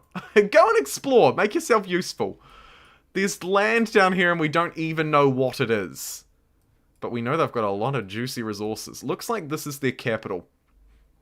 I think we march probably straight for that. Although maybe we do like a bit of ransacking of this. No, this is my territory. I am not ransacking this territory on the way through. What a terrible idea. Hello, Daniel. Hello, Daniel. Not to be confused with other Daniel. Not to be confused with Daniel Cripps in the hype chain. But hello, another Daniel, member of the channel. Channel? Daniel, member of the channel. You heard it here first. I'm just going to stop even trying to speak words. Let's build these hamlets because they're great for growth, great for jobs, all the jobs. And Bibli Boss is probably overdue for a bit more infrastructure as well. Maybe. We'll just get the scientific one. Probably don't mega even need the rest. Maybe a couple of industrial ones. Our stability is so good. It's so unbelievably good that we don't even need to worry about it. I do note we're a little bit short on food, so I might just throw some of my gold boys over. We've actually still got a deficit. What that's telling me is that I need more food jobs. The hamlets will provide those, but the Maker's Quarter won't, so I might just replace it with a couple of these food districts. Just sort of dot them around the place. Try and tuck them in next to Commons Quarters if I can. But either way, just throw a few around. Maybe chuck one at the front of the queue as well. And dot one in... Oh, those will provide jobs, so we should be all good there. And you know what, Bibliboss? You can stop building the Taj Mahal. Let's just get your hamlets and stuff online instead. Yes, Bibliboss. The mega city that is Bibliboss. That is about to actually be a super mega city when we combine it with Carthage. Gotta go and walk my dog. Maybe back in time to catch you into the stream. Absolutely. Take that dog for a walk, Space Bunny. It deserves it. 10 turns later, the stability tanks due to the slave rebellion. Yeah. Yeah, we'll keep an eye on that. Let's march forward anyway. The troops will move into their land. And look at this. We're marching along an open plain. It's like marching into Western Russia. Like, you just roll through. They do have a little bit of geography here, but we're actually taking advantage of it already. I'd like to get my ranged units up here if I could, to at least have some kind of synergy. Am I doing that? No. Yes, I am, actually. Look at me go. My dog doesn't know what a walk is. Doggy floor for the win. You get him, angry man. You angry old man, you.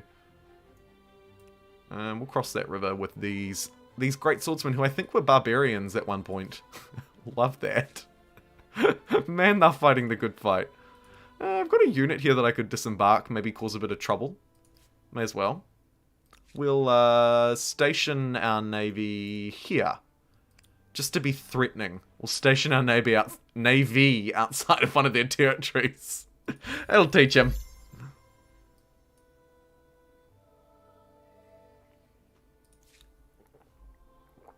And let's continue with this.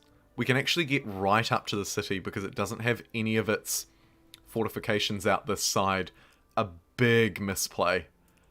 A huge misplay. Look at this as I rear into position.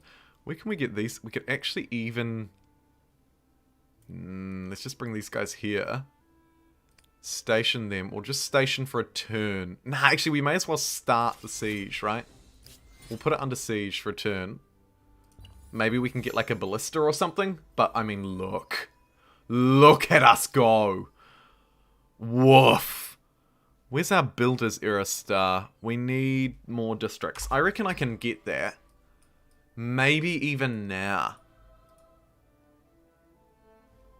Oh, but no, we're one turn away from military architecture. Skip ahead. This is a big turn for us. Turn 235. We finally get military architecture and the trebuchet siege weapon, which is wonderful to have, but more importantly, absorb city. Gives us the ability to merge cities into one. Let's see what it does to our stability. I'm a little bit apprehensive, but...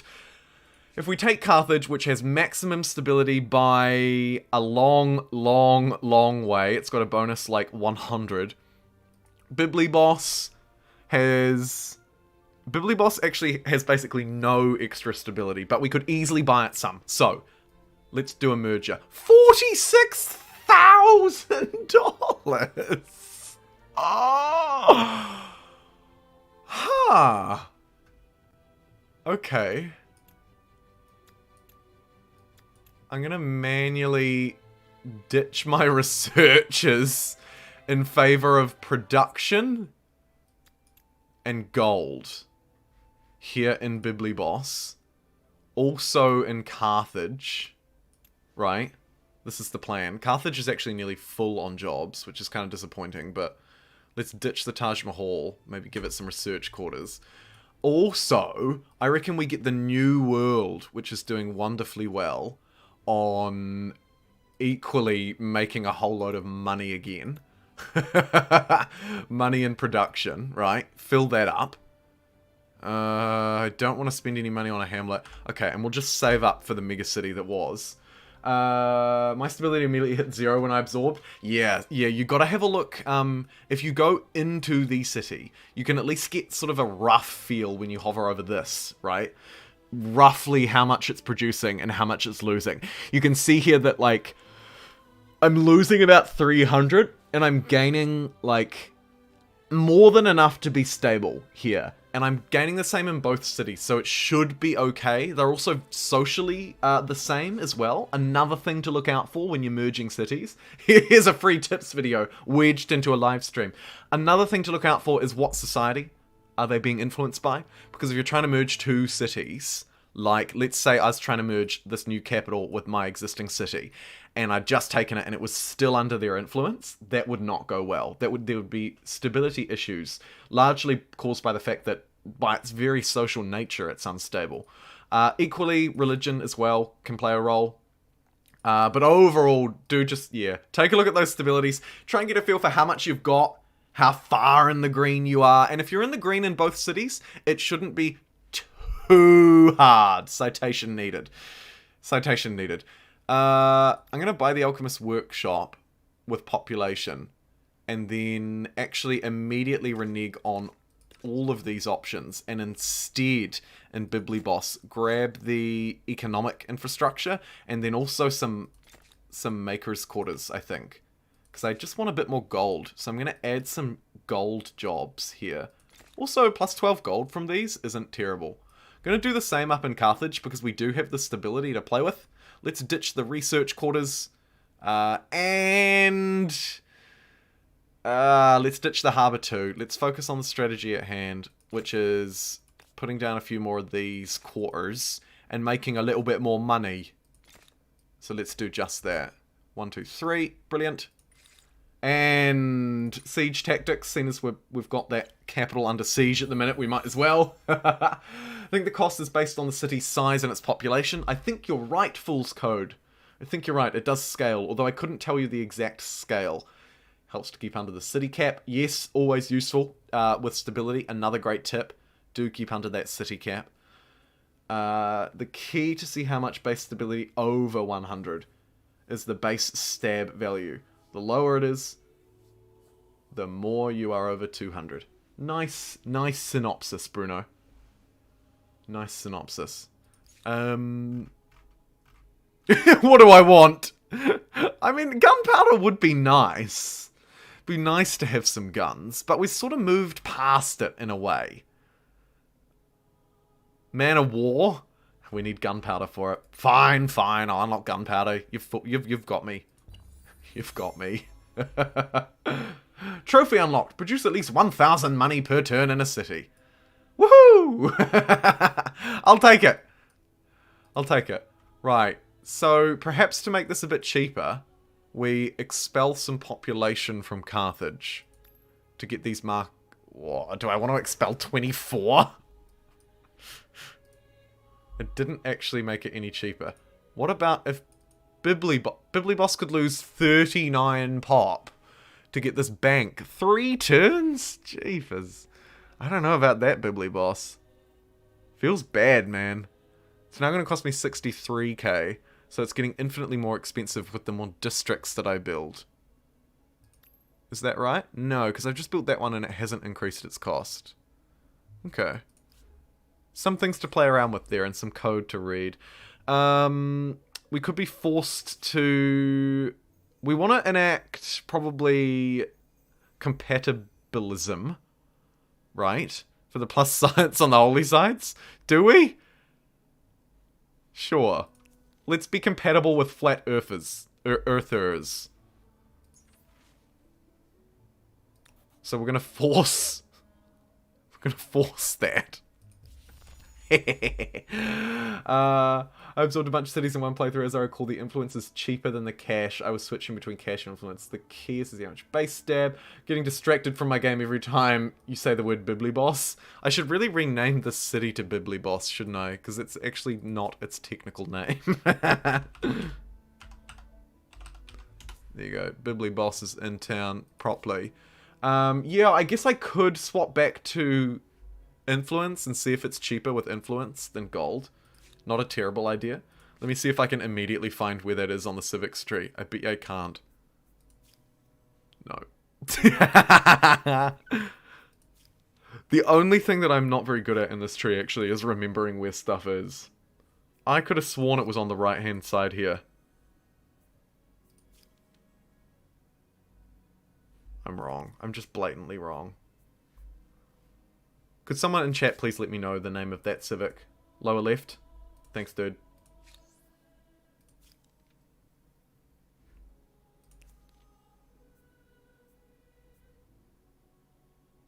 Like, what would it even... What is the logical name for it?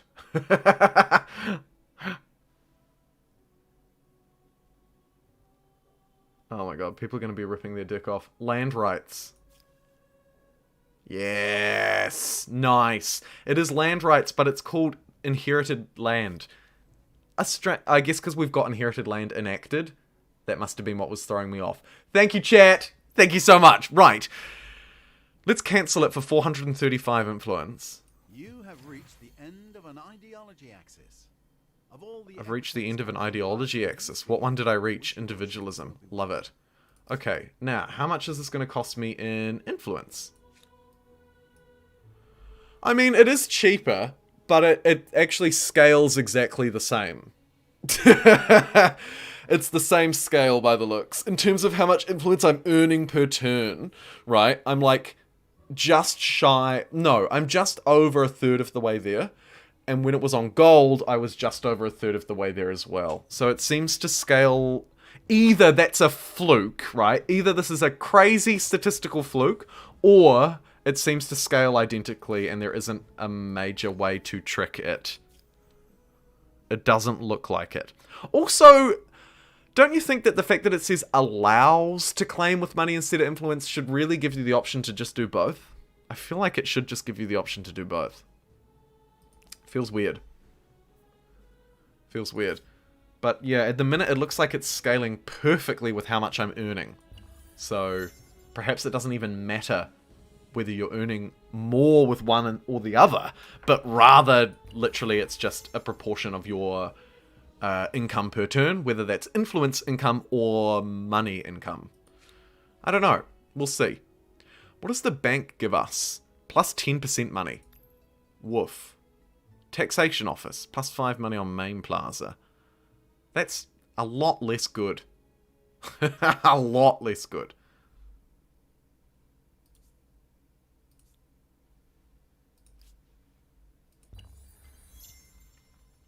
But we're making a heckload of cash. Unfortunately, it's never going to be enough to merge these guys. Which is such a shame. What about Kerma? 30k. It's so expensive to merge Bibbly Boss. Look at that. Wow. Super mega city over here. Yeah, it's doing fine. I think we're okay probably with where we're at. We do need to focus, however, I'm very aware of the task at hand, which is warfare. Here's our siege. We've been holding them for quite a while. I think it's time we go in. Yes, I just started playing Humankind and I loaded in. Made the city I was declared war on, and I don't have enough powerful units. RIP! Yes. Since you're shrinking the number of main plazas, that is bad. So it comes down to which you're earning more of. Alright. Here we go. Here's the war that I meant to start a few turns ago. We left them under siege for ages. Didn't manage to unlock a siege engine, which is unfortunate. But let's do this anyway. Let's take this war on. I think we'll manual resolve to begin with at least, so that I can handle my deployment. Got some units that are probably going to be reinforcing in from the side here. So, what I will do is deploy my archers up on the high ground and bring these warriors out the way. Maybe we throw like... Actually, we probably don't even need this many on the front line. Do we have any cavalry coming in? No. Let's send some units over this way anyway. Can I spare one more from the city walls? Maybe not. Let's take the slightly higher position. In fact, let's take the entire... Ooh! Actually, yeah.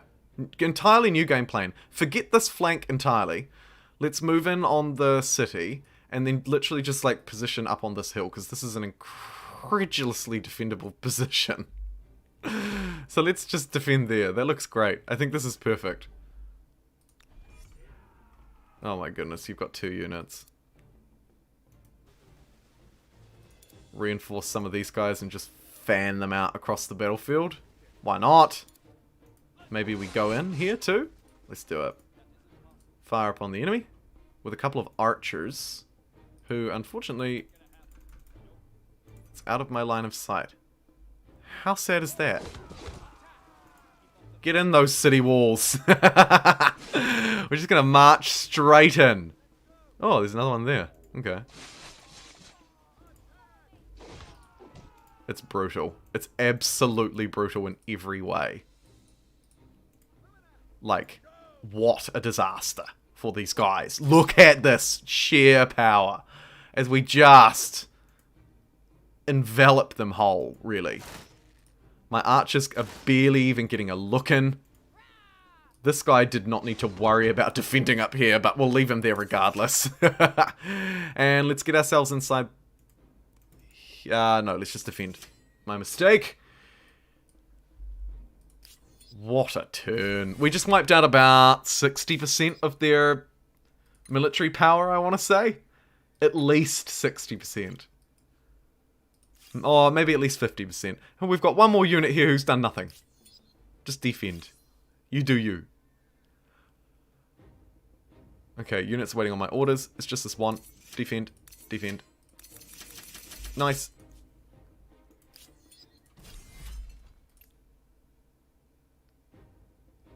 What's going on? This unit appears to be very carefully considering this attack. What are you doing? Fight! Fight, you fool! Oh. Okay. It worked. Brilliant.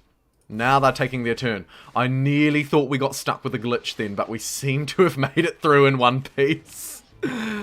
I'm just going to auto-resolve this round now. Let's watch as my troops absolutely wring them out to dry. Battles are just a glorified game of capture the flag.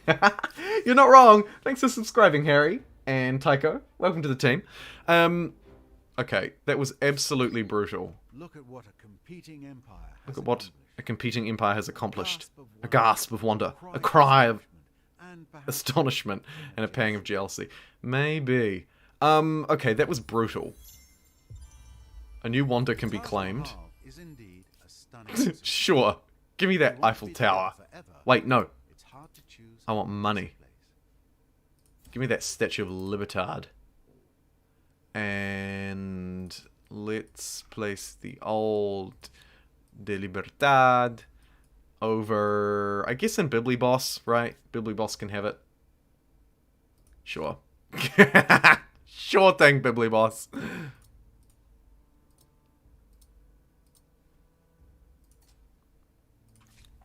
And I think we just keep marching this army, right?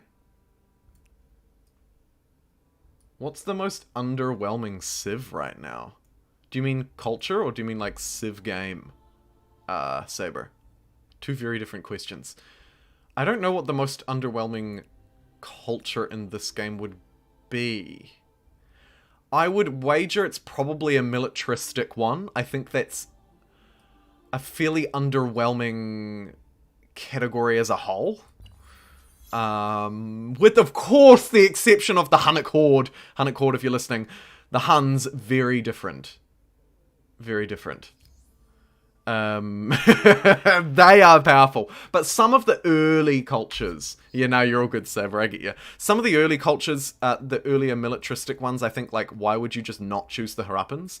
So, as a comparative thing, the Hittites and the Assyrians, both Sultan, yep, absolutely read my mind.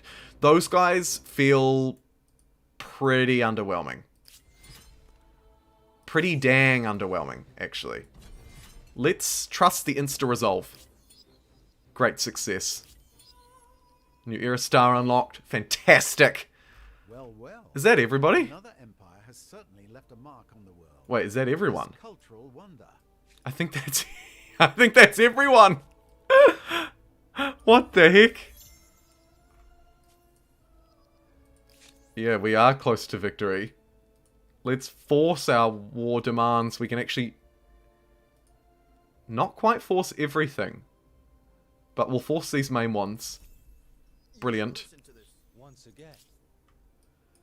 Unfortunately, we didn't quite have the war score there to just completely destroy them out the game, but we do now have their capital, which seems pretty strong. And I think, to be honest, let's just continue marching. Forward! Right?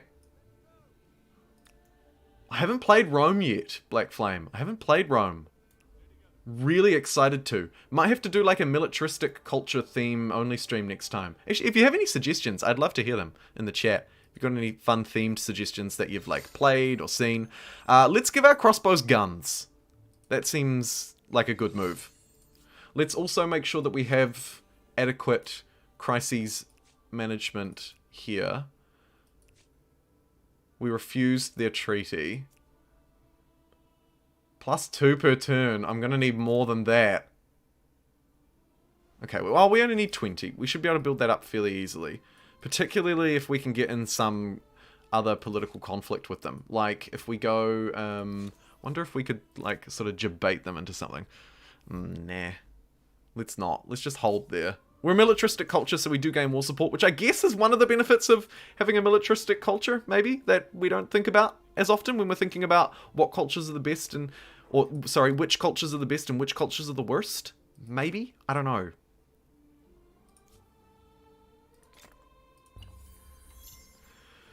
Is doing a religious theme run at the moment. I'm doing a religious theme run to see if it does anything. Picked Haruppans because no faith-based early culture. And that is weird, isn't it, David King? That is weird. No faith-based early culture. Of course, once you get the Celts, though, Haruppans Celts is a fun early play where you can go food and faith. Randomize the map as much as possible and go humankind difficulty. Yeah, maybe we just literally watch the world burn. The snowball needs serious balancing. It is a bit of a snowball fest. You're right, it can be a bit of a snowball fest. Although, arguably, human civilization has snowballed as well. Because tech doubles its strength every year. Therefore growing exponentially. So, maybe... And this is not necessarily my argument, but maybe there's an argument to be made that snowballing makes sense because, for example, the industrial Germans would wreck, say, the classical era culture of really any kind. What game length do you play on? Asks Sid. Normal. Normal. I'm open to suggestions. I do quite like the blitz mode, but normal usually. Troy! Hey Troy, you channel member you. Small world, high player count. Oh, should I just fill the world? That would be pretty interesting too. Oh my goodness. There's actually a lot of replayability, isn't there? Looking at your suggestions, they're all so different. They're all so different.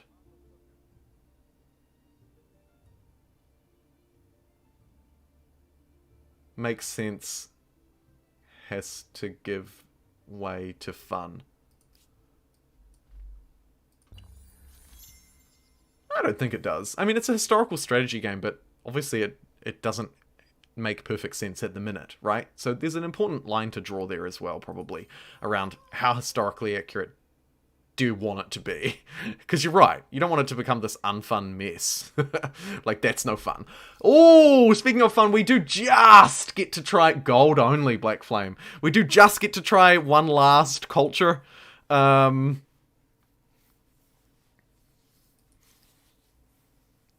tempted to go... I know that the Australians aren't mega on theme with the rest of the run.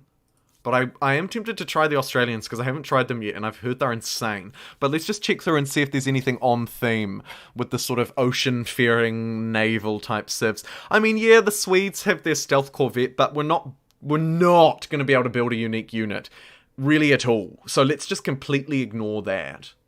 Let's just completely ignore that. Yeah, Saber's advice is good advice too. Bobo. Or Bobo. Mess with those demands.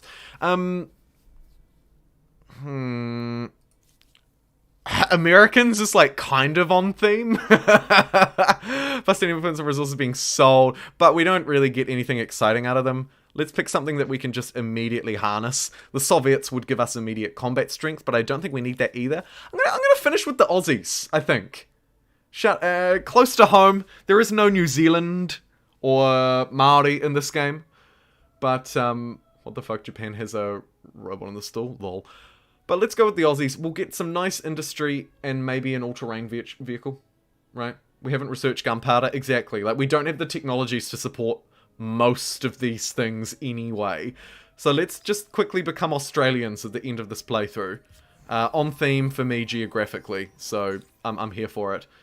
And let's be real, it's not going to matter because we are rapidly moving toward sweet victory here. And how fantastic is it? Also, we're finally building wonders. Took us long enough. Let's get steam engine. The human mind, creative, imaginative. They hold a rather unique place in both geography and anthropology. The Australians. The Australians. Though I have been told that the correct pronunciation is actually strine. Protest for New Zealand culture, anybody? Strine. I've been told the correct pronunciation, strine. What a good one. What a freaking good one. Love it. You go, you little Australians, you. Australia's a glorified island in the middle of the biggest ocean, so kind of a theme. You're right! You're right. I don't know about if it's a glorified island. Isn't it the largest island in the world? Citation needed, I guess. Depends on what you call an island. But I'm pretty sure Australia is the largest island in the world. It's pretty freaking big. Okay, how far will you push humankind? The Australians enter the final era. This is quite interesting. Once any of the following has been completed, the empire with the most fame will win. So, what's our victory going to be? Reaching the last turn, we could do that. We've got 50 more turns. Earning every contemporary era star. Unlikely. Completing the tech tree. Unlikely. Eliminating all other empires. Highly likely. Vassalizing all surviving empires. Sending a mission to Mars ain't gonna happen. Or rendering the world unfit for human life. I want to render the world unfit for human life in a playthrough as well.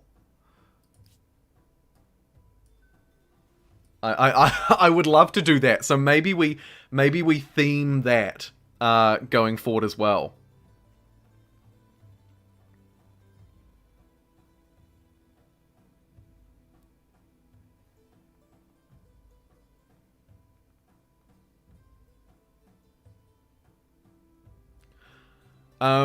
Richard Kingston says, no, that's Greenland. No, it isn't.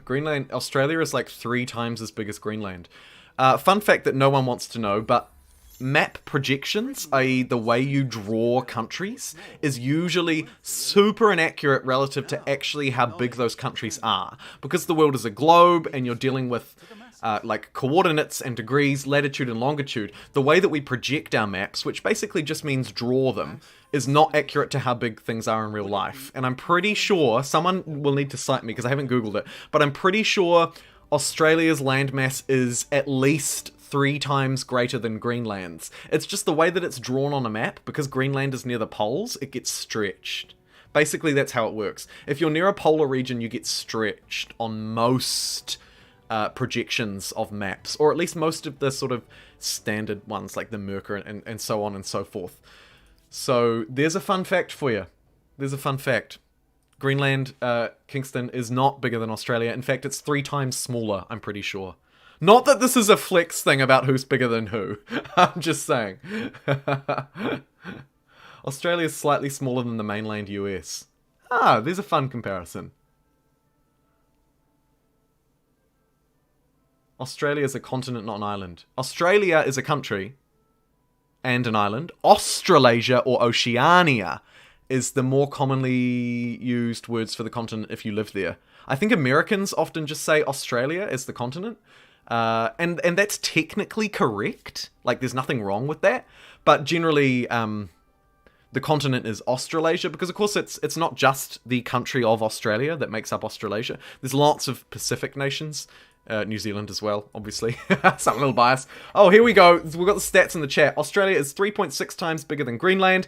And Daniel Cripps providing the numbers. 2.2 nearly million square kilometers for Greenland. And over 7.6 for Australia. That's million kilometers squared. Man, look at that go. We do. Our crappy global knowledge. Yeah. Well, your words, not mine. Christ the Redeemer looks pretty good. Let's grab that. That is a spicy meatball. Not that we're really gonna need it. Oh, and look at these mines. Plus 115 production. Oh, these late game districts are so good. Aren't they? Like, they are just absurdly good. We do, because we don't know anything outside of America, unless for some reason we've been overseas. A mood, angry old man. When first learning I accidentally won as Australia by over-polluting the world. 14 likes to go, people. Thank you, Octopus. Man, we nearly hit the 100. Nearly hit the 100. America's 9.8 million kilometers squared. Oh, interesting. Not an island, but still interesting. Let's get these Australian districts down. Next to this poor natural wonder. Feels bad, man. These areas are pretty not very well developed. Look at how poorly the AI developed its land. And then come over here and compare that to Bibliboss. We're away laughing. Must be placed on a mountain. That's a bit of a yikes.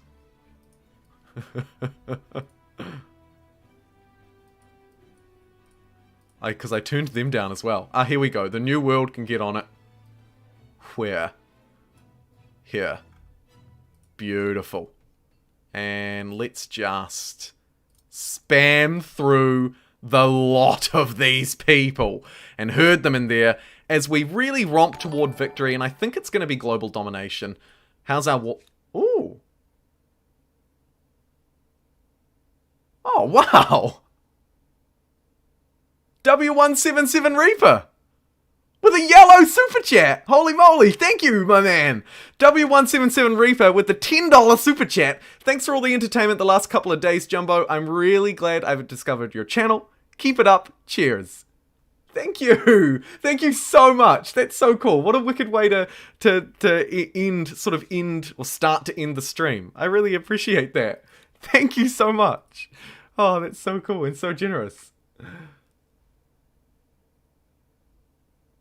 Yes, you're right. Where do you draw the line at what's an island and what's not? The American continent, we just merge all these countries together and call them an island. I guess maybe the distinction is, are there multiple countries on this landmass or are there one? Of course, we've just created countries as people, so it's a bit of an arbitrary human creation, right? It doesn't geographically... Our borders don't geographically carry a lot of meaning in many cases. But Australia's a do. Like, they're pretty clear and apparent. Right? You can't miss them. It's very clearly a big ass island. Yeah, Google is American, so it doesn't surprise me, angry old man. Bibliboss is better planned and more productive than all my cities combined. I doubt that that's true. Panama Canal separates them. Hey, yeah, don't forget the Panama. Which again is human-centric. Oh, did we create an island? Dun dun dun dun dun dun dun dun. We've got the builder thing, which lets us convert all money and science into industry and Bibliboss. But what I'm more excited about is if we go back into our civics tree just before I wrap up the game here, we can actually go back into land rights, enact this, and I think we've got enough cash now for Bibliboss to become more of a megacity. Yes, we do. Bibliboss and Carthage merge into one super city. And look at that, we're still way above in terms of our stability. We're absolutely away laughing. Let's get these mega whomping districts down to 115 production next to that natural resource extractor. 65 out the other side. 64 over here in the very Australian looking desert. That is on theme, if I've ever seen anything on theme. And I'm going to sort of hasten a couple of those strip mining projects, because I want to build them, right? Because they're ours. Australia's the size of the US with a tenth of the pop. Antarctica is an island, if Australia is. Is it, though? When you're made of ice, do you really count? Any continent is an island. But is Antarctica when you're kind of just a whole load of ice and you sort of fragment and split apart? I don't know. I guess the difficulty is how big is Antarctica when it's melting. Could be tricky. I gotta go, my head's killing me. Oh, take it easy, Kingston. Sorry for all the head-killing talk. Oceania is a region? It's a continent. The ocean, it's a strange one, because for some reason, we call it Australasia, we call it Australia, the continent, not the country. We call it Oceania. Polynesia would be a region as well, a region of the world. If you're looking to name regions, you would probably call it Polynesia, or the South Pacific, another name for the region. Geography's weird. Geography's weird. Technically, when you are swimming, are you an island? Asked Black Flame. These are the real questions. These are the real questions. Yes. And when I jump, I'm an airplane by that same logic. Or maybe I'm a floating island? I don't know. Things get odd. What have we got? Stability? No. We go for the science one, I think, right? Yeah. Reaching the end of an ideology axis isn't End of another ideology axis. Think of it as being Let's focused, yes? cram in a couple of ticks and open up this siege and complete what will be the last battle of this game and this stream. Let's move in. I think we're ready. I would obviously like to manually resolve it, and I want to bring my guns up to the front line. All of these gunner units. See you later, swordsman. I don't care that you're promoted. You are not taking the front line of this battle. Okay, that's brilliant. Now, let's see what kind of damage we can do. Let's see what kind of damage we can do, shall we? How's the in-game in Humankind? The only game I've finished, asks Troy. I didn't even get to the contemporary era, which is a big disappointment for me. The in-game snowballs quickly, you get powerful quickly, and so if your opponents are in line with you, then it's fun and balanced. If they're not, you'll roll over them, which is also quite fun. In a nutshell, the in-game is very enjoyable. Would highly recommend maybe do a science run so that you can experience some of the end-game techs. Could be a play. I don't know. But either way, our guns are going to absolutely brutalize these poor units. I'm willing to send in... I'm willing to sort of like start flanking around the side here too, because we just need more access points. So let's try and create some.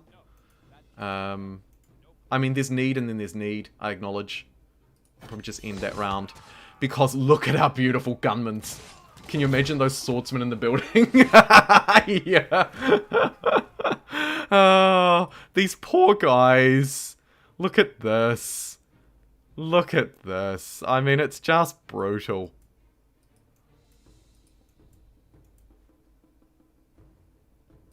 I've got two different regiments at play here, which is kind of annoying as well. The Ottomans are playing, apparently. Oh, no, there we go. The game's taking its time. The game's taking its time, but it's getting there. I was able to reload and save the game from the lobby. It's usually AI getting stuck or confused in battle. It does feel like it, doesn't it? To Josh's point, did your game ever get stuck on the turn ending part? Yes. A big known issue with the game, and they have announced that in the beta patch that's currently available on Steam, that will be being released next week, I imagine, they've announced that they've got a whole host of fixes to fix a lot of those end-turn issues. They've sort of isolated them and figured them out. So hopefully with that next patch it should resolve almost all of them, but yeah, it is definitely an issue, Josh, unfortunately. Daniel is right in his assessment. Let's give them a turn to attack me, just for the lols. Oh, you did it. Oh no, whatever will I do as I pull out my guns out of these forests and just completely obliterate them. Time to relax, watch this, and take a break from trying to get the win against 9 Humankind level AI on the biggest map. Oh, Serial Maker. That is a bit of a slog, isn't it? It can be a bit of a slog. We'll take back this flag, obviously, and move here to maybe fire our guns at these guys. Should we do it? I can't attack this round. We can shoot over top. Nope, they're outside of my range. You get away this time. Let's end this round. They'll second to us. Oh, brilliant. Brilliant. Ending the turn on turn 255. We can claim another wonder. I guess we'll claim the Empire State Building for the extra money generation from trade. Lol, no. Let's get the Sydney Opera House. That's on theme. Brilliant. And I guess I'll just chuck down a couple of these Australian strip mines while I'm out here. Huge production. I mean, just look at that snowball. That is absurdly powerful. Absolutely absurdly powerful. I don't really even need to bother. But sure. Pop that down. In that turn. And is that everybody? No. No. It's not. They've got more. Let's continue to move before we get too much war score and have to sue for peace. Go, you! Go, go, go, go, go! All of you, go, go, go. Can we get anyone in to support them? No one that's super quick, but I guess we could buy a couple of extra guns. We've certainly got the money for it, right? Money is of no issue here. So let's just get a fresh battalion of gun units, just in case we end up needing them, but I really don't think we will. We should be okay with our pretty outdated tech, to be fair. They are pretty outdated, but we should be fine. I'm just going to take a really quick break. Sorry, I know it's like right at the end, but I'm just going to quickly go and get some water. My throat is killing me. I'll be literally 2 seconds. I won't even put you on the BRB screen. Be right back.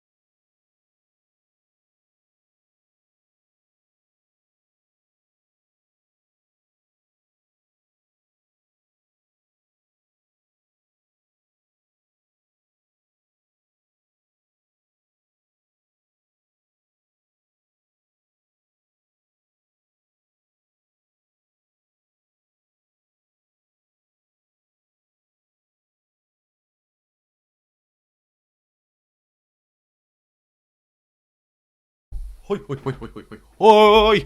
Ugh. Oh man, I've got I've got blinking resources to connect. There's no point. There's no point.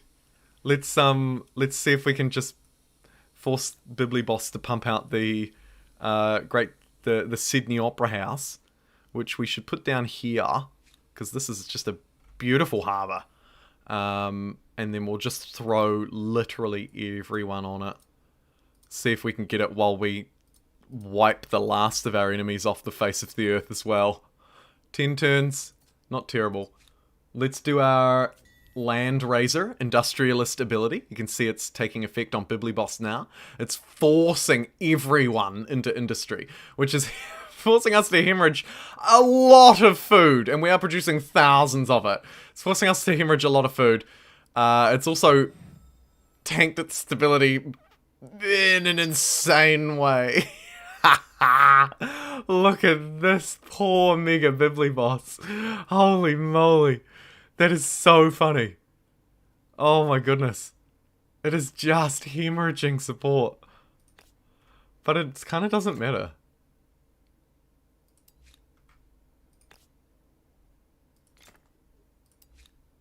Right? Please? Someone tell me it doesn't matter. Positively reaffirm my silly affirmations. I just thought I could throw in a couple of commons quarters. Just for fun.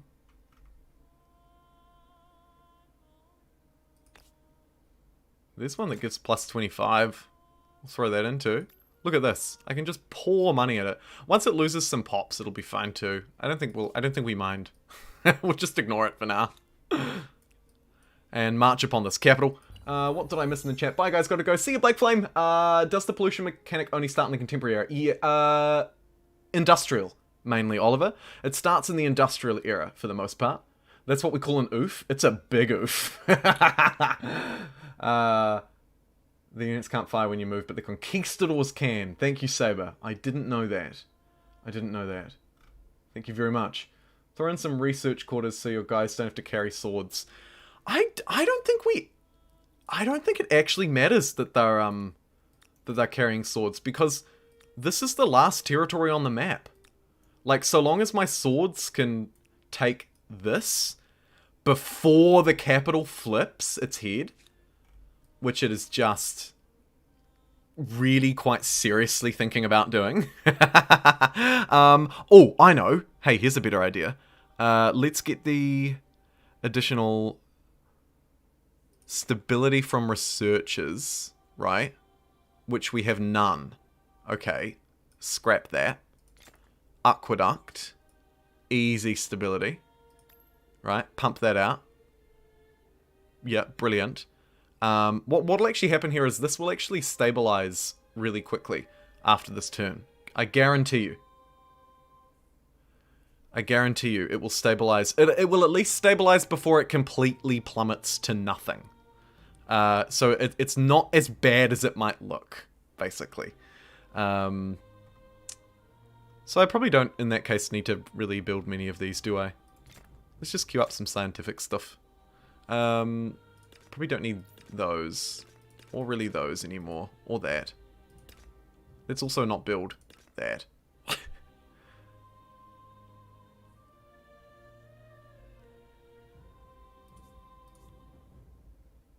Cool. I think stability ticks down over time, so you have time. Yes, you're right, Daniel. It does sort of wear itself down, so we should be okay. We should be alright. I feel like you should invest more in infrastructure. Why would I do that, Oliver, when this is my world? This is all I need. I don't, I respect your call, but I don't think it's needed. To be honest. I think we're just more focused on the war efforts here than infrastructure. But your point is well taken. Definitely a lot of opportunity for some better infrastructure in these cities. They could really be, like, absurdly powerful. Oh, shoot. We're close to winning this war. Do not unwar me.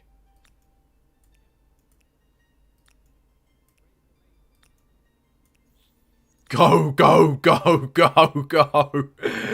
Get in. And give me Constantinople, the capital of Turkey. Oh no, we've done it. We've only gone and forced their surrender. Curse you! Why do you do this to me? Okay, it's fine. Where there's a will, there is absolutely a way.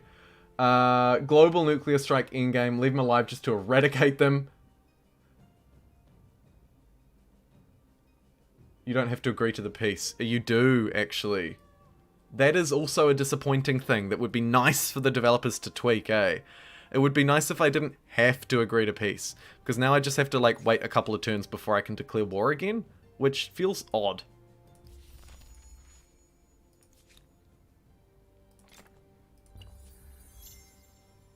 If you do Humankind difficulty, could you do it on the biggest map? Yeah, totally, Bill Nye. I feel like that would be really cool.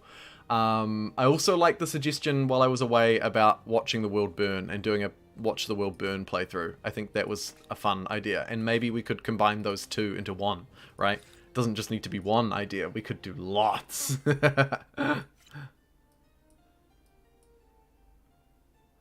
So we can't just declare war immediately. So if you have a look at our options here, you can see that my war support is increasing.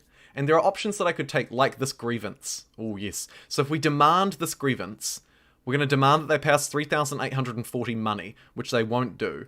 So we'll demand it. Wait, what? Oh my god. Okay, so they actually accepted the demand, which was not what I wanted to happen. I wanted them to reject it so I could get some more grievance and war support against them. So unfortunately, they've accepted that demand. Now, we need to try and increase our war support. We can declare a surprise war at 20. and at the moment you can see it's going up by 2 per turn. So actually, we'll get there just naturally. If we chose a militaristic culture, we'd be able to do it a lot quicker. If we had more grievances to push, we'd be able to potentially do it quicker. Lots of options, but unfortunately none for us. So let's just station these units in place. These ones are actually in what is now the enemy's territory, which is kind of funny, but we'll just pull them out. These guys we can't upgrade until we connect this, and we do have access to some of it already, so maybe we upgrade them for the final romp as well. We'll see. We'll see. Humankind AIs are cheaters. By 5 turns into the new era, they are already off 2 era stars for the next. Yes, the AI does cheat a little bit. Huge map, all randomized, max players destroy the world. That would be pretty fun. Angry Old Man, do you think I play that on Humankind difficulty? Did you say Mac? No, you didn't. What difficulty do you think? I'm torn. Do I play that scenario on Humankind mode, or do I not? Because I want more emphasis on destroying the world. I'm not sure. You have reached the end Contemporary era and is now upgraded. You might have not been. Yeah, I definitely didn't focus enough on science, Dwarf. But did it matter? And actually, I kind of like the fact that I just didn't care about science at all and it didn't matter. Because I was able to focus on other things and they were just as powerful. I think that says a lot about Humankind. Like in Civ, if you don't prioritize your science, at least up there in your like top 2 or 3 metrics, then you just lose in the late game. But in Humankind, actually, as evident, you kind of don't. You kind of don't just lose. You don't have to just play science every time, which is really cool. And of course, the fame mechanic helps with that even more. Let's get Le Eiffel Tower here. Help with that stability, which is still decreasing. Get everyone on it. Brilliant. This will help us skip through a couple of turns. These guys can also be upgraded. Should I connect that resource? I probably should, right? Oh, Bibliboss has also discovered some uranium on its shores, which I love.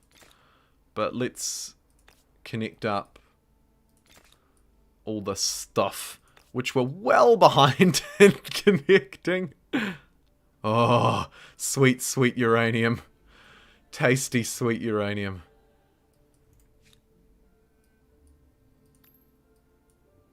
Couple of coal mines. Nice. Doesn't hurt to have a bit of coal. What do we got up here? More coal. Over in the New World. More coal that I could connect. Might as well, I suppose.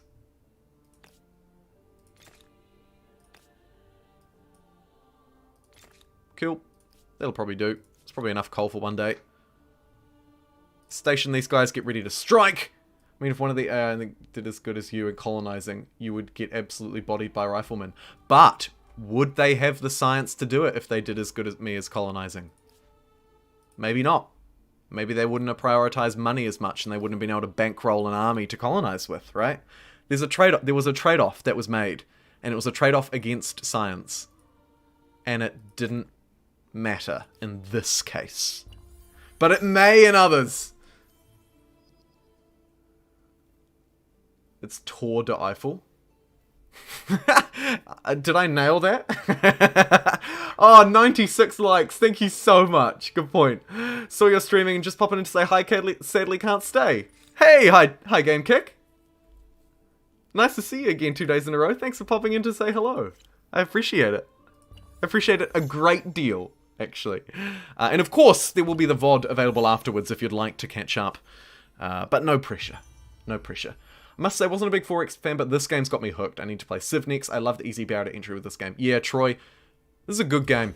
It's a good game, and it straddles barriers to entry and being an accessible title, while also, I think, having some real depth and complexity.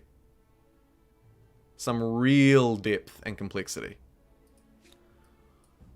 Let's also get the Empire State Building while we're waiting to defeat our final opponent, just to really add insult to injury, and also help with the stability in Bibliboss. How's it doing?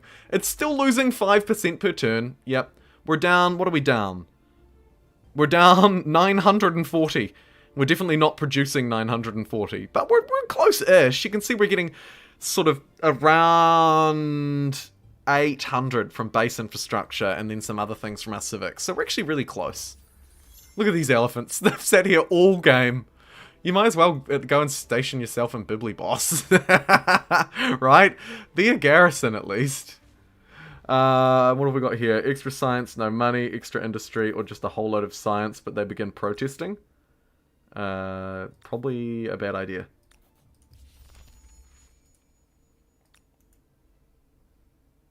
There we go. We'll station these elephants in Bibliboss. If you auto your tribes on humankind level, it gives you an even chance. That's true, yeah. We'll make the most of that exploit. More water, says Scooty. Do you think this game is more or less complex than Civ 6? Ooh. Less. And I really only say that, though, because we're comparing a full Civ 6 experience to a base Humankind experience, right? This game has had no DLC, whereas Civ 6 had Gathering Storm and Rise and Fall, which added a lot of gameplay, not just cultures. So it's kind of an unfair comparison to draw. But that's the world that we live in. That's the reality that we live in. And so in that reality, to answer your question, I think that this is less complicated than Civ 6. It's, in my opinion, more manageable. So it may have more complexities or complications, but it's easier to manage, I think. Auto is not an exploit. It's what the AI is doing as well. If you're going to go It can be exploitative and what the AI is doing. I would challenge that. It can absolutely be both. The AI is, in fact, chief exploiter. Let's be real. If anyone's exploiting this game, it's the AI. The Spiffing Brit should just make a video of the AI, where he literally just films the AI playing, and says Humankind is a perfectly balanced game with no exploits, except for the fact that the AI is massively overpowered. Let's get Warpost 1, the strip mining thingy it needs. Looking beautiful. Appreciate the enthusiasm you have for this game. That's definitely shared with me. Nice, George. Very excited for next year of improvements. Yes, exactly. Imagine how this is going to morph over time. It's got such great room to morph and flex and change. And I think that's a really good thing for it. I think it's a really good thing. Why am I building districts here that are going to lower my stability?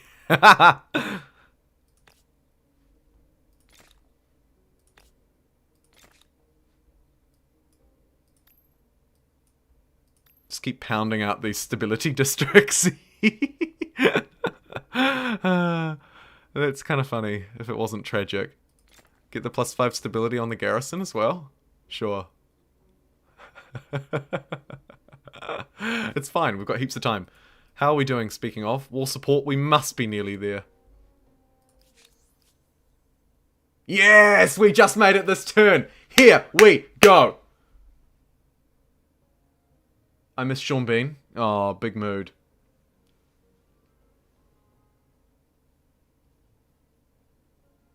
Yeah, I agree with Angry Old Man. Buffing for balance is usually better than nerfing for balance, and I tend to be of that mantra as well. Okay, we've just been able to declare war. Let's waste no time. Let's immediately cross these oceans and start to disembark. In fact, you can disembark immediately. Assault, insta-resolve. Great success. Oh my goodness. I think that's it, folks. I think that might be it. No way! Hold me down! Fine, build yourself a strip mine. Look at that, plus 114 production from that strip mine. Woof. And then it gets that as well, and it's just insane. Warpost 1 was probably my favourite city in this game. I really love the way it looks. I think it looks awesome. Just these random islands built with war infrastructure to the max. Like, how cool is that? I love that city. Then we had this newly taken land, which I don't have a huge connection to. I don't feel like I have a massive affinity with it, but I like it nonetheless. It's ours, so can't go wrong. We'll give it some harbours so that it's at least sort of on point. And 269 turns down. We're close to the victory. In fact, we've taken them, actually. We're not just close to victory, we've romped home with it. All good things must come to an end. The game will end in 30 turns. Actually, game, I've got news for you. Boy, do I have news for you. As I just station these armies. I guess we build a commons quarter here. So the people know who their rightful new ruler is.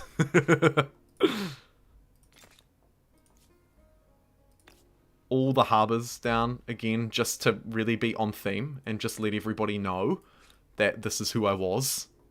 I was the harbour king. Boom. Achievement unlocked. Does not play well with others. Oh, if that doesn't fit me, I don't know what does. The Ottomans have fallen. A brilliant civilization falls into the ashes. Will it be remembered to the end? Spoiler alert. It won't.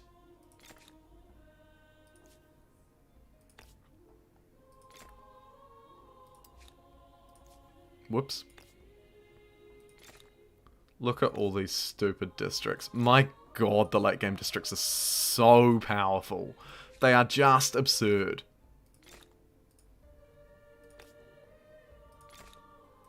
Just fill this place with forts to increase its stability. To be fair, top tip, the commons quarters are so much better. Like, don't build forts, build commons quarters. They're so good. They are so good, actually, in this game. It's kind of nuts. Especially if you can buff them with your religion and stuff. They become just absolutely insane. Right, this is my last turn. I think Brown still is a city somewhere. I don't think so, Daniel. Do they? I don't think so. This is my last turn. All empires have been vassalized. You will be remembered as JumboPixel, mythical ruler of the Australians. What a title! Mythical ruler of the Australians. Jeepers.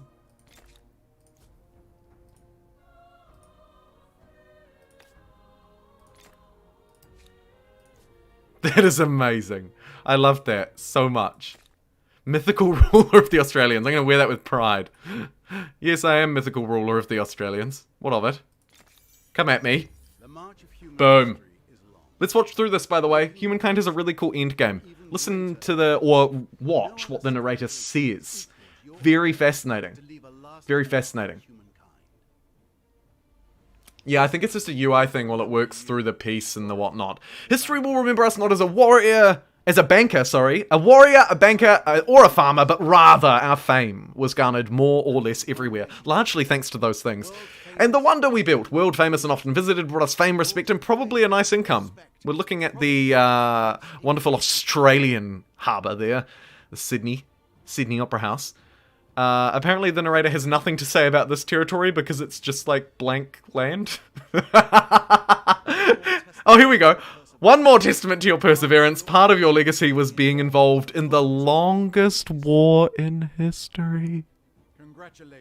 Congratulations under your guidance. The thrilling tale of humankind has been rewritten in your own words. There may be future adventures and deeds, an even grander scope for this grand story. Regardless, you have left a great mark and answered the question, how far will you push humankind? As you can see, my Eiffel Tower there beaming out across the landscape. How cool. How cool. Stephen, nicely done. Enjoyable to watch. GZ on the win, by the way. Thank you, Angelos. A unit must be still alive from the Browns. They had like their one archer somewhere off in the distance. And look at that. We really just absolutely decimated in terms of fame. Our best era was the industrial. Interestingly, the AI's best areas were early on. Makes sense because we conquered them, but also interesting to note. We can now get a playthrough of what we did. I like this, but we won't watch the AI's one. So, Neolithic era, we actually got the star We got the trait, and we had that extra science for the rest of the game. Thank goodness we did, because we didn't prioritize it. Here's where our theme bonus came in. We started off as the Phoenicians. Then naturally, into the classical era, the Phoenicians became the Carthaginians. They are, after all, one and the same, so it makes sense. Moving through into the medieval era, we also stuck with that wonderful theme, but twisted it slightly. We became the Norsemen. Earned a lot of fame that era too. Then in with the Dutch, sort of modernizing, a lot more of a focus on gold. This is when our gold absolutely skyrocketed, and I think we'll see that in the numbers. In the industrial era, we took the Germans, and then the Australians in the contemporary, so we finished off with a really strong productive base. The question that I'm wondering now is, what did we not do? We did no science whatsoever, and it happened to not matter, which was nice. We did no production in the early game, which we caught up for. We focused not on faith at all, but ended up just stealing religion, so that was fine. Christmas Dude, do you have any of the content creator AIs? I don't have them installed at the moment on my PC. But I have my own one, which I'm playing as, so that's something, I guess. And we don't really care about what the AI did, so let's just skip through, and have a look at the stats.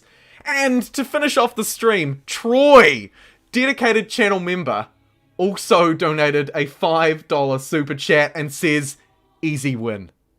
Oh yes, didn't focus on growth. Yeah, not as much actually, you're right. We did sort of get some nice food bonuses from being a harbour-based nation, though. We had 3 unique harbours, which meant that our coastal tiles were really good. But apart from that, we didn't pick a food culture at all. Let's have a look at our fame. We were winning from around turn 100, and that didn't change. In terms of food, we were fairly even, but then surged naturally. Money, here you can see I was roughly right with my prediction. We really surged into the late game where I was like, I need money to make this mega city. When we focused it down, we tripled it. But by and large, we were absolutely the richest empire. Science, something we didn't do well. You can see we managed to keep up with the AI. This is on hard mode as well, by the way, as a point of reference. So on hard difficulty, that's one above the sort of standard normal difficulty. We kept up with them and then blew past them. Influence, not a problem, similar story. Stability, we were fairly low on stability, but I like riding that line around 30 to 80 stability anyway, so I'm pretty happy with where we were at. And then population, despite having no food cultures, not getting the Harappans or the Celts or anything in the early game, we absolutely surged through into the end. I think that's about all of the interesting ones. You can see research, we were just right on par with everyone else, which is a nice way to be, I suppose. Trade, weren't really interested. Military, super interested at the end. And cities, super interested at the end. Well, you guys, that concludes this playthrough that we played through over 2 streams. Thank you so very much to everybody who's joined in, watched the VODs, watched the streams, commented, so on. You guys are absolutely fantastic. I, of course, can't end, however, without acknowledging my very generous Super Chat donors. Now, I don't think we had any new channel members, so I don't think there's anyone to call out there. But thank you so much. Devilish, Wolf, Angry Old Man, The Robin Brown, Daniel Cripps, Angry Old Man again, Wolf again, David King, Stephen Barlett, channel member with a generous $10 Canadian donation, W117 Reaper as well, and Troy here at the end of the stream. You guys are so generous and so fantastic. And, no name, you're right, we just crossed over 100 likes, so thank you very much for that too. I won't be streaming tomorrow, gonna give my voice box a little bit of a break, but I would like to play through another playthrough like this, where I play a game across 2 streams around this time, probably starting maybe 2 days from now. I might give myself a day off and then crack back in, maybe 2 days, but either way, I will catch you around Sunday, Monday, sort of the start of next week for some more Humankind action. We will probably play on Humankind difficulty on a massive map, and see if we can watch the world burn. It'll be my first time playing Humankind difficulty, so be prepared to rip your dick off, because it's probably gonna be a shitfest. Thank you very much for watching, everybody. I really appreciate it, and until then, I'll see you then. Take care, and what time is it gonna be, GMT, Angry Old Man? I've just seen you right at the end. That would be around my normal start time, which I think is around 9 p.m. GMT on Sunday, is when I'll be streaming, which is around 8 a.m. for me on Monday morning. Alright, see you guys.